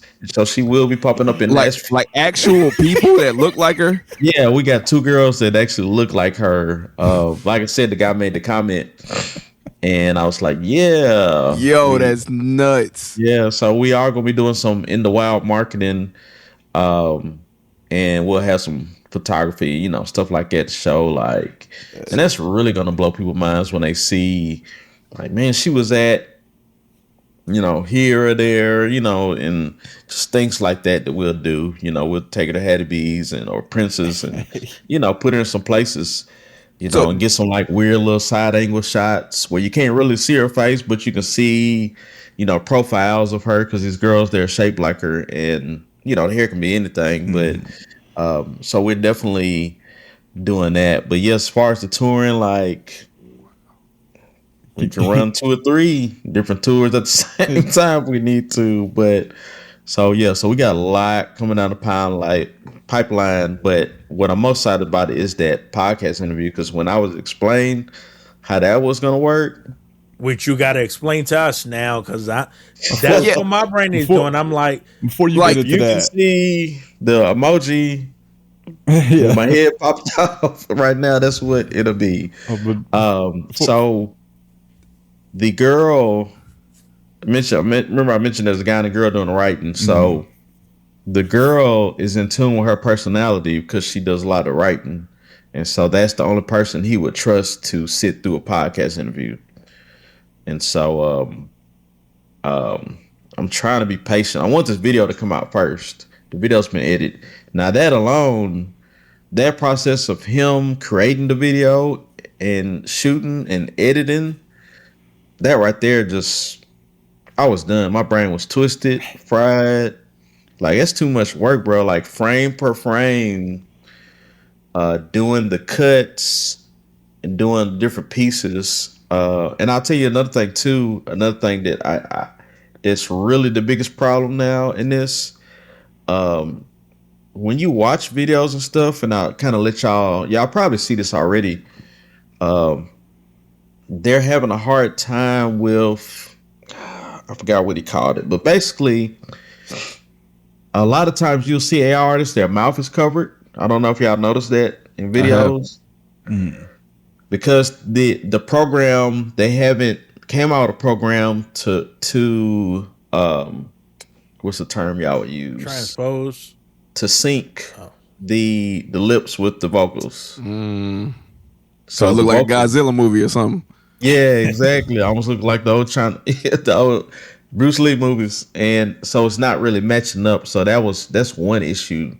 And he told me that he hoped that he can find an app that really just pushes through that, which it makes it look really generic and messed up. So like when shooting a video, it's a lot of cut scenes that kind of, and the only reason why there's cut scenes like that is because the mouth isn't lining up with the words, unfortunately. But he done a good job of, you never know. Yeah. It's cut up like a regular video at the end of the day, but you would just never know that that's an issue. And so I recognized that on a couple of her posts, that it just wasn't lining up, but he was chopping it where you can't really tell unless you're really just watching it over and over.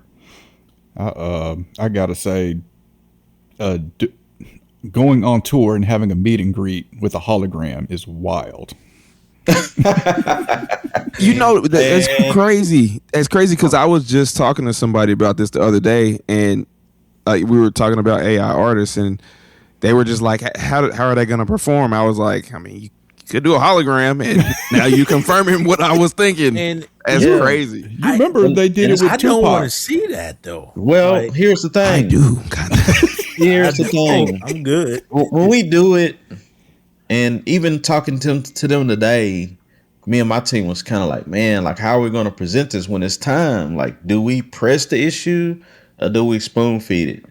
And I confirmed what today was, my thoughts was, let's spoon feed it and not just have we do a event called Vibrations, and it's our R&B home that we do with live band, karaoke, and the whole nine. And I'm like, well, we'll just spoon feed her into the set, But my thinking is this. So imagine this, like you're in the venue, you're watching our dope R&B artist, all of a sudden you're standing there and there's hologram butterflies around your head. Okay. And all of a sudden, 3D. Yeah, exactly. And she appears on the stage in the midst of this, like, it just sounds cool to me, just to be able to create a whole nother world and mix it in with our human. Geeking out, man. My name is Sci-Fi, bro. What do you expect? That's crazy. On your face, man. I got mixed feelings, man. It's like the cool part. Like, I'm with you on that. Like I like the idea of seeing what we can do. Like, oh, that's cool. But then when I messaged on I forgot what I said on the Instagram post, and then Kaya replied back. I'm like, oh, nah, we ain't doing this. I'm like, I am not about to. I'm like, unless it's a chat bot on Amazon and asking, how can I help you today find your product? I was like, it just felt weird, right? Like, and that's why even, like, why I even wanted to have this discussion, like, not to not to do some whack journalism that people do and and like bombard somebody with all these sneak questions, and you know what I'm saying. But on the flip side, also not trying to do one where we basically just soft pitch you questions that you smacking out the park every time. It's like, nah, I wanted us to like have a real conversation like we do on every episode. You know what I'm saying? Well, I was ready to box, so Man. if y'all was ready to square up, I'm square right Bro, back. I've been boxing I for was weeks not now. going. I I was don't not even going to do that box. to you. See, and here's the thing too. Like even with the AI thing, well, I don't have to relate to that, but like relationships mean a lot to me, right? And so even in the comments, people were having, which is why I said what I said. Like, hey, you and so and so, y'all need to talk. You know what I'm saying? Because there was a relationship prior to this, just like there was a relationship with me and said person prior to that, which is still intact, right? Because it's like, hey, we were able to talk and both was like, oh, hey, my bad, you know, whatever. And so I say that to say I wouldn't have came ready to box because we had a relationship before this interview, and I Yeah. would like to have a relationship after. So this ain't Exactly. this is my chance. This is my But- chance to break into the big leagues, you I know? tell y'all this: what I have learned, the people that came to box, they were mad because, how can I say this? The people that came to box, they were They wasn't equipped. They didn't train. That's not what he's saying. Oh, I didn't see that gesture. they were they were that they came because it was Yeah. and Yeah. I didn't, and I'm not making presumptions. Sure. Yeah. We ran this through AI. We ran that comment section. We were running this through AI in real time and was getting feedback. They was running the conversation through here. Yeah, because we didn't know how to handle the responses, to be real. And so my guy that created, he's in our group chat while all this going on that Friday, I think Friday around noon or so that we announced it. And he's running all this, and AI is telling us how to respond. And also we noticed there was some racial pieces in there, and I didn't see it, so I went back through this and realized that's what that is. And I never looked at it that way. All the hate and all the boxing was from because they know when we get a hold of stuff, we don't play. Hey, you get what I'm saying? I mean, I hate to, switch lanes on the pod, but I'm just being transparent. That's what when he ran everything through, that was a part of that, and I didn't think nothing about it. I was just like, well, I don't know why. I thought if anything, they would be hype about it, and our people would be the opposite. But no, man, they was so ugly. Somebody wrote down, if you go back in there, somebody told us to jump off a bridge. You talking about on Instagram, or did y'all also announce this on another platform? No, this was on Instagram. This is all in that post. So, and Yeah, for those, it was some hate. It's Yeah, not showing me all the I didn't even realize there were 340 comments because Yeah. I'm not seeing all those. Yeah. and for I don't know. Some of them probably gone by now. I'm not sure, but yeah, it was. I hope y'all kill yourself. Yeah, we was getting all that from them. So for those listening on audio, when he say they are hating, he's referring to white people. Yes, exactly. And that that was mind blowing for me to see that in real time of seeing people write 2 or 3 paragraphs in this, and it was just pure this or that. But that was where the most I cannot. Ugly. I He got cannot think ugly of with those anything comments. I feel that strongly about that I would write an Instagram comment of 3 paragraphs. I Yeah, don't. it's wild. I ain't got that much time. I don't. I don't. Yeah, it was. Everybody had I'm either time. I'm either gonna heart it or keep scrolling. Yep. Yep. I think it's a good opportunity though. Like going back to the importance of relationships, right? Like whether agree or disagree. Like enough people care about this, right? Like there's some. I mean, it's on Instagram. It's public stuff, so it ain't like I'm being messy. But I mean, it's like verified, like established artists we know in Nashville are like chiming in, and it wasn't all negative. Like it was some like my boy Cali Boy Nino, who also another former student of mine. So I know I'm super thankful that like I still have relationships with former high school students and college students that are active doing music, right? That are connected, tapped in with Faders Up, tapped in with Jay Lawrence, tapped in with Sapphire. But yeah, it definitely wasn't all negative. Yeah, it was definitely a lot of positive too. And so I Mixed think in there. yeah, it's just a good opportunity for follow up. Like, so that's the question. What would the follow up be like, considering the encouragement, the support, and the backlash, and understanding you can't make everybody happy, right? But is there an in between space where, like, this conversation, all of this couldn't come out in an Instagram post anyway, right? And then I'm sure you was getting tired of responding to people over and over. So what if there was a next step to kind of unpack this? Or maybe this is the next step. Maybe it's like, hey, I went on the podcast, we talked about it. Take that and just it is Yeah. what it is. Well, like I mentioned, in you know, with, with me, what am I doing? Pushing my faders up. The partnerships. As soon as we do an event and just show like, hey, we're not giving up on our human artists.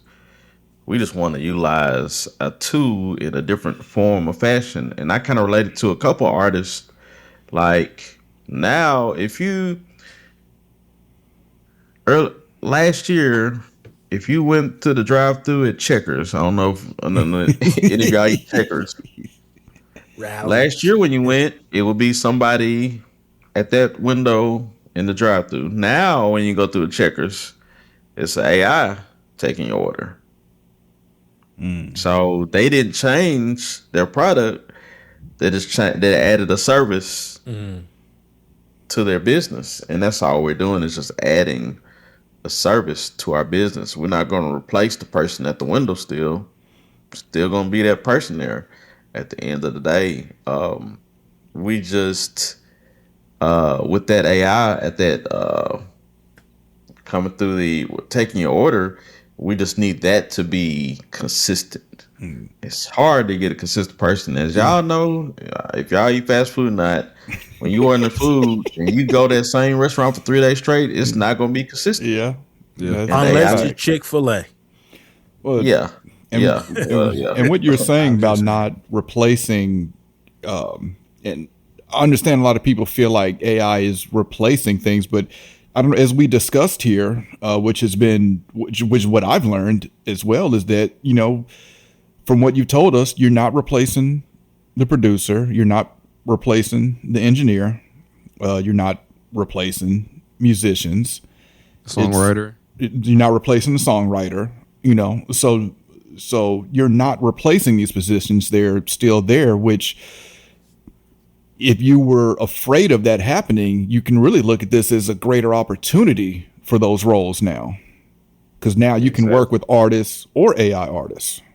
Exactly. And I'll share with y'all, like I've explained to people, it's different levels of how people are looking at this. You have an industry level and you have a professional level. And I consider to me, you're an amateur unless you have a W-2 that you have with the label. You get what I'm saying? Like you get paid, you got the check. Yeah. And a lot of these people, like this one comment really kind of stuck with me. I didn't respond to this comment, and it was one of our local artists, and she's an R&B artist, and which I mean the energy is crazy. She says, "Man, I just had it up in the phone.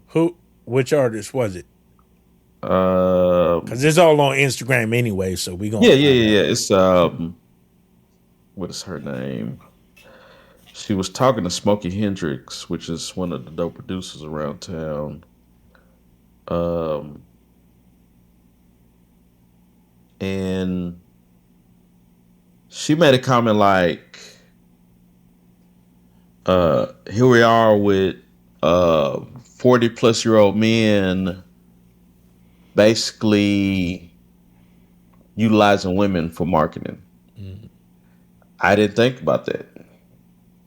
And then I had another lady that worked for, I think she worked for Sony, I believe. She made reference to that as well. And those were pieces that I didn't think, like, well, y'all are basically utilizing a woman's body for marketing because she's not real. So y'all are shaming, and, she used a lot of words.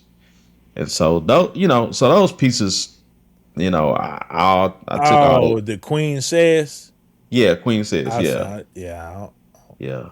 You see that? That's, Yeah, I see it. what I mean? It sounds like it's a long one. It's not long. Oh, okay. It is pretty. It's pretty. It's not a good comment. And man, as much as I wanted to respond to her, I just couldn't. You know what I'm saying? But that's part of why I mentioned, like, people think it was me and Yella, my partner, pressing buttons and came up with this idea. No, this is not that idea. And too bad she. But those are comments that, hey, whatever. So yeah, so we've like I said, I don't think we missed the side, and I think it was the education for me to learn of what people are thinking and how they're looking at this. And so now we kind of know what people are looking at. But at the end of the day, majority of the stuff is branding for me, for my company. Long as y'all see that logo and see this, on top of that, y'all gonna know, hey, we hopped over this fence first. And, regardless of how successful or unsuccessful it becomes or whatever happens, I feel like we'll have that years down the line. I don't know if did y'all see I think he's the president of BMG. He spoke at MTSU's graduation, and they booed him when he told them the AI was here to stay. I think I did hear something about that. Damn. Yeah, they Emotions, booed man. him, Emotional. Yeah, they booed him, and he laughed. He was like, "Hey, what'd he say? Thank me now or pay me later?" Is how he finished it. Or something. And I said, "Oh my gosh!" Like at a graduation, he was, I guess, the speaker or something, and they booed him. I think that's part of it. Even like with Timberland, and like, I think it's great to be a pioneer in these types of things because, again, this, how I look at things. I like to be first at stuff too. I like to see things that other people don't see and just pioneer new paradigms for the world and for creativity. But again, like we said before, people fear things that they don't understand. And I think we do have to be delicate in how we present it sometimes, because sometimes you can present it in a way that makes people feel like, well, no, that's not what I want. And I think if we can present it in a way that says like, hey, look, I know this is new territory, and I know this is something that can be kind of scary, but let me show you how this can actually maybe help. And let me even show you the ways that it could hurt, but let's try to find a solution together. I think sometimes people go in and they're just like, all right, this is what I want to do. I'm going to do it. I don't care what nobody thinks. And if you don't like it, F you. And and a lot of people do take that approach, and it does. Yeah. It pushes people away, and instead of attracting people, it again, yeah, it pushes them away. Yeah, but if we can you're find right. ways to be able to work together, even if it hurts a little bit, Yeah. if we can somehow get everybody somewhat, and you can't please everybody, I know that, but if we can find a way to get people on this somewhat of the same page, I think it helps everybody involved in the process. Yeah, I had some publicists kind of grip me out of how we handled this. And yeah, I mean, we could have, done different things like we could have went ahead and signed. I don't know if y'all know Broadway Trey. He's got one of the up and coming next country pop records coming out of Nashville. And, we could have signed Trey the week before, announced that, and then announced her, kind of led in that. Because it's been years since we actually signed somebody when we first started this thing, a couple artists we did. And so, yeah, we could have done. But I'm like, you know what? For 4 days, we literally had Nashville in a frenzy. And, it was crazy.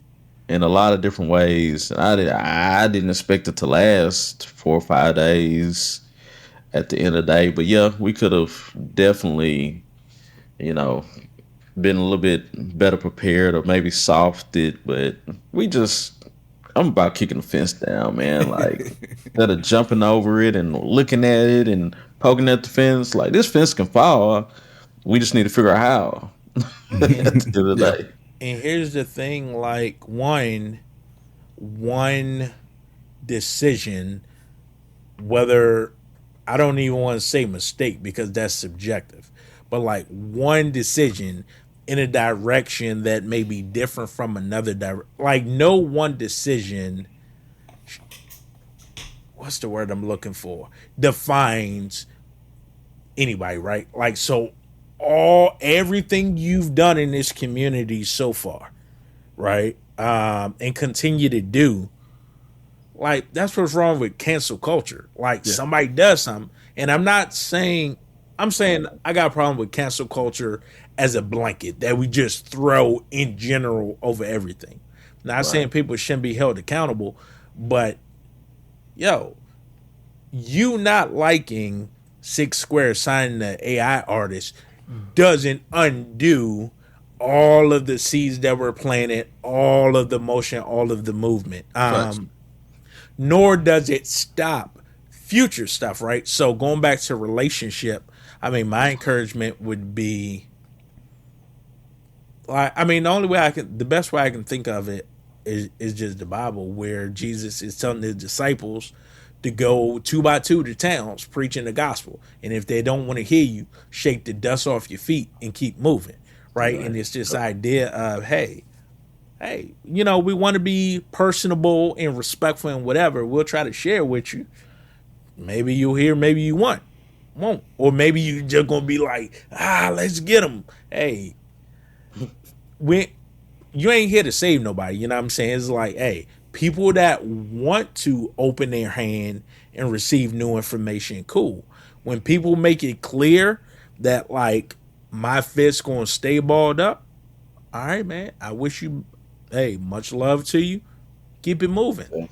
Yeah, right? A lot of people don't want to get into a back and forth, and then it comes off like you trolling. I'm not saying it did. I'm saying you don't want it to, because exactly. People have been trolling. In this context, a lot of people don't want to understand it. They don't even want to see the other side of it. They don't want to understand, Jay, your perspective on it, because what they know is what they know, and what they know to them is the correct and only way. Confirmation bias. It's a disease. And so like the Dunning-Kruger effect. They think they know so much about something, but they don't know enough to know that they really don't know in like everything about it.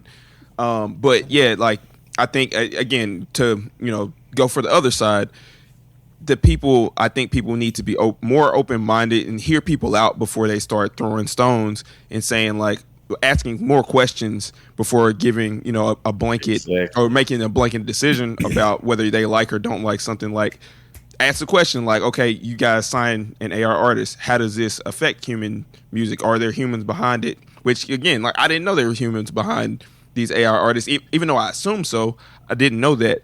But you have to take the time to ask the question and be more curious about it than just be a sheep and say like, well, somebody else said it was bad, it must be bad, I'm gonna say it's bad too. And people keep regurgitating, like that's how narratives pick up steam. It's like, because at a certain point, we're not even looking at the full context. We're not even looking at the full interview or reading the full article or listening to a whole song.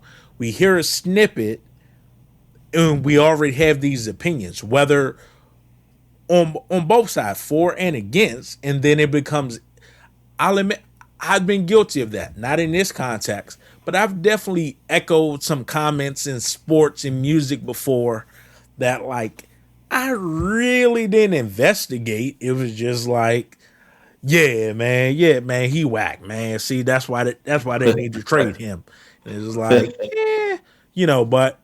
but there's room to grow. You know what I'm saying? Every day I wake up, that means God ain't through with me, man. I got a purpose here, and I'm going to keep growing, as we all going to do.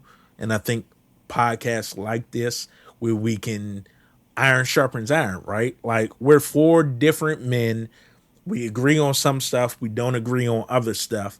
But I feel like this was a respectful exchange of ideas. For sure. Oh, let me hear what you got to say. Oh, let me share what I got to share. So, I know we're getting ready to wrap it up. We did have one last segment. Is actually new, man.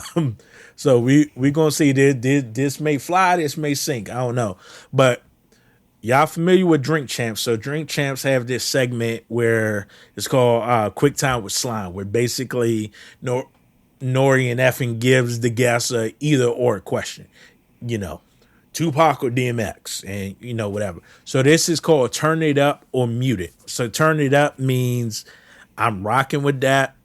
Mute It means nah, I disagree.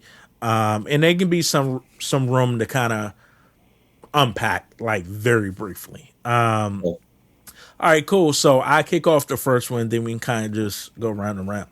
All right, generative AI is built on uncompensated human creativity.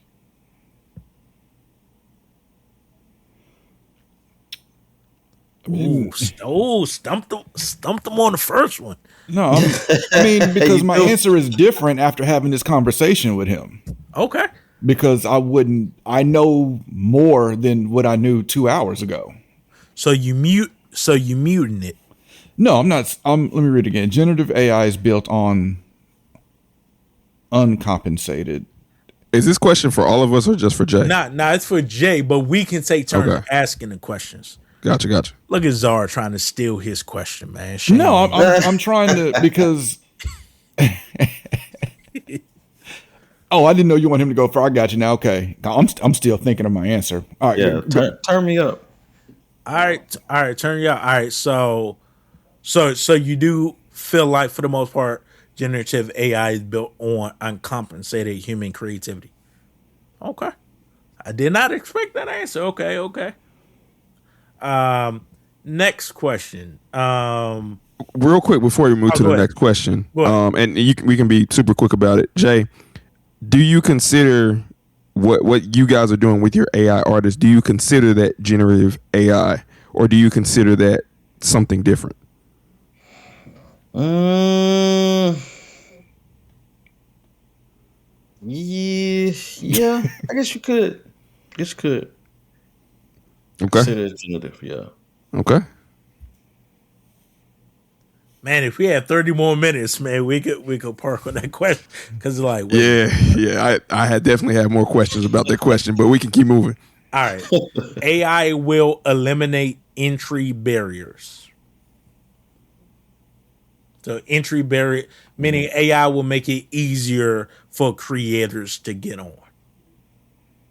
I'll mute that. Okay. I really don't. So you don't. So I you think don't feel it'll be AI certain types of creators. Okay. Yes, but not overall. It's not like you don't feel like the floodgates are open. So you don't think it will open the barrier or eliminate entry barriers for like people who are working in professional music? No, because it's still a hustle behind it. You know what I mean? Like, if y'all got TikTok, Yeah. Every time I download it, I delete it a few days later. y'all two go to y'all TikTok right now, right quick, and look up. I want y'all to look at her TikTok, and you'll see how detailed he's been working this TikTok. And How you I spell don't know how detailed y'all familiar with how AI and the marketing works, but so it's her Instagram is its really Kaya Kaia. What about you said TikTok? Yeah, TikTok. Yeah, y'all got it. You just said Instagram, though. I'm sorry, TikTok. Okay, you said it's. Yeah, it's really Kaia.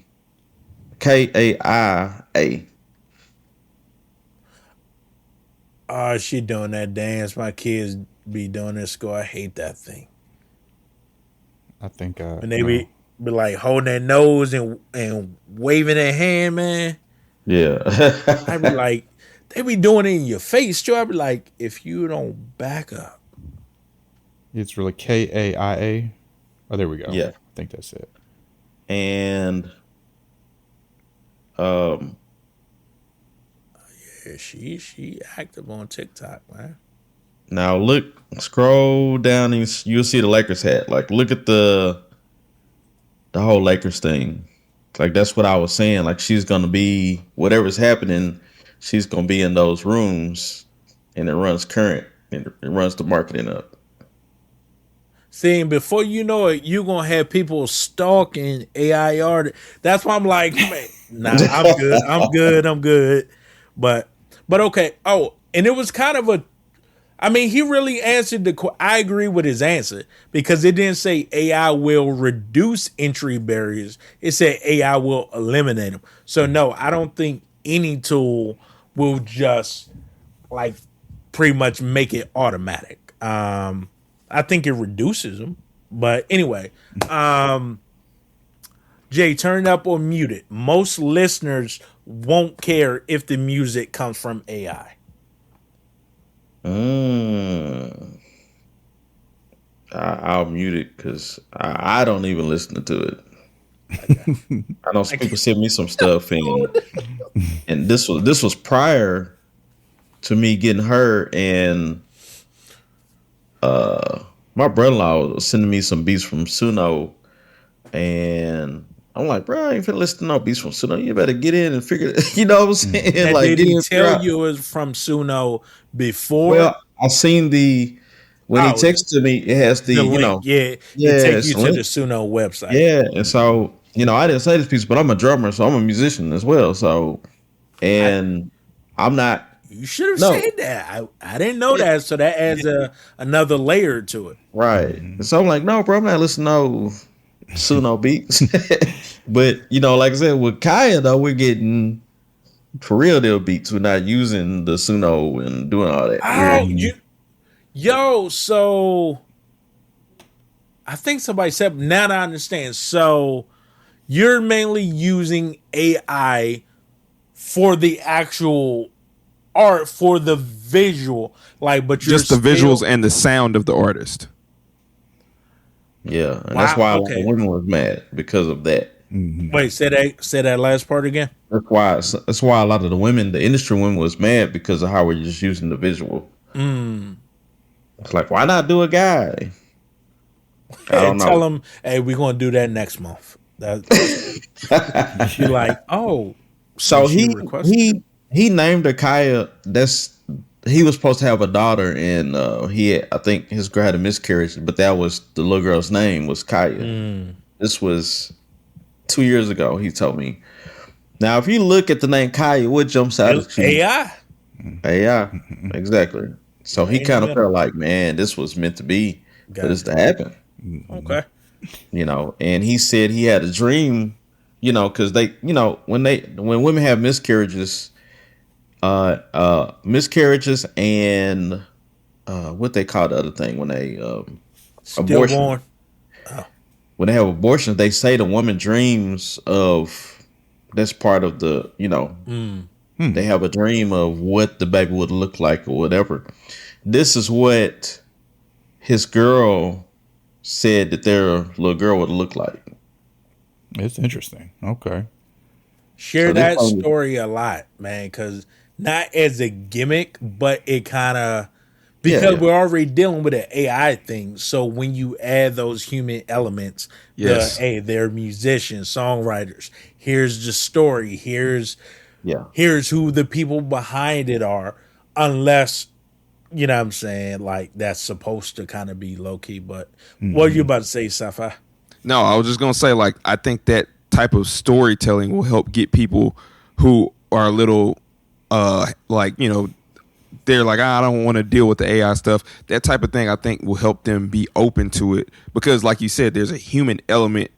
Even though it's AI, there's a human element into it. It's like, well, that was out of everybody's control that little girl couldn't be here, but now, in a way, she kind of gets to live through this AI artist, and I think for me, like, after our discussion, even though I'm probably on the side of being more open to it than most people, that even makes me more invested. I'm like, oh wow, that makes me even want to go look at more of her stuff because there is actual, like, there's kind of, and I want to be careful, but there's almost like some type of soul behind it because that whatever. But yeah, it's just interesting.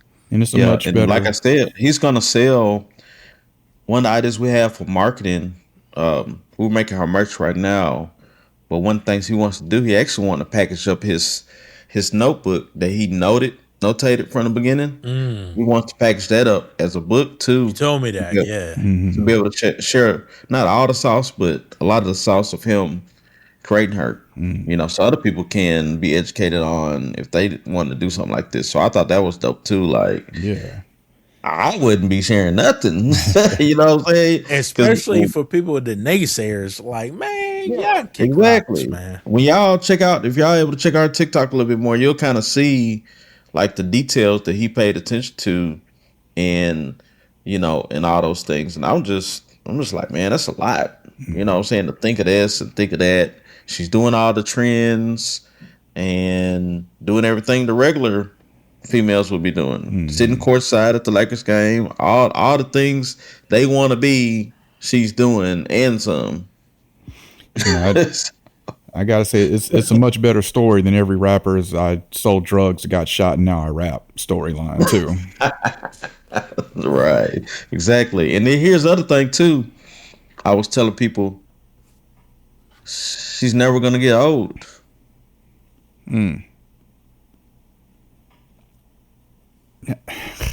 It's like a cartoon almost. Like The Simpsons has been on air for like the last 30 years, but they've never aged. Hold that thought.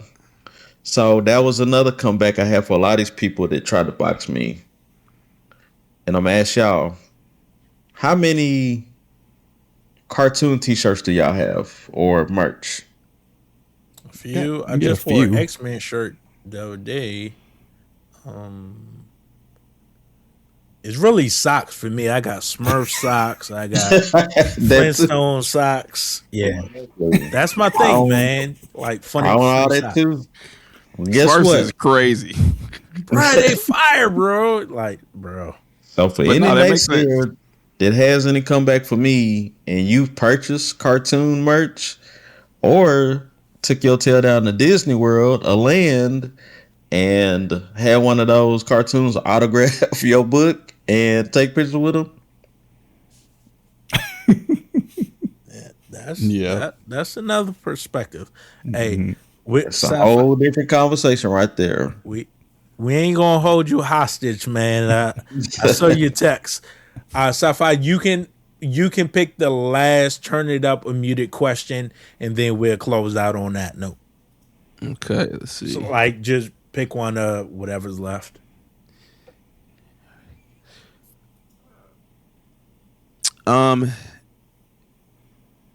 AI will create more opportunities than it eliminates. Turn it up or mute it. Good. That's the one I was looking at too.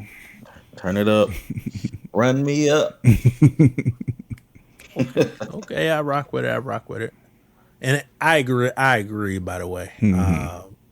Because, like, you just clearly said in this episode, like, everybody's not using it the same way.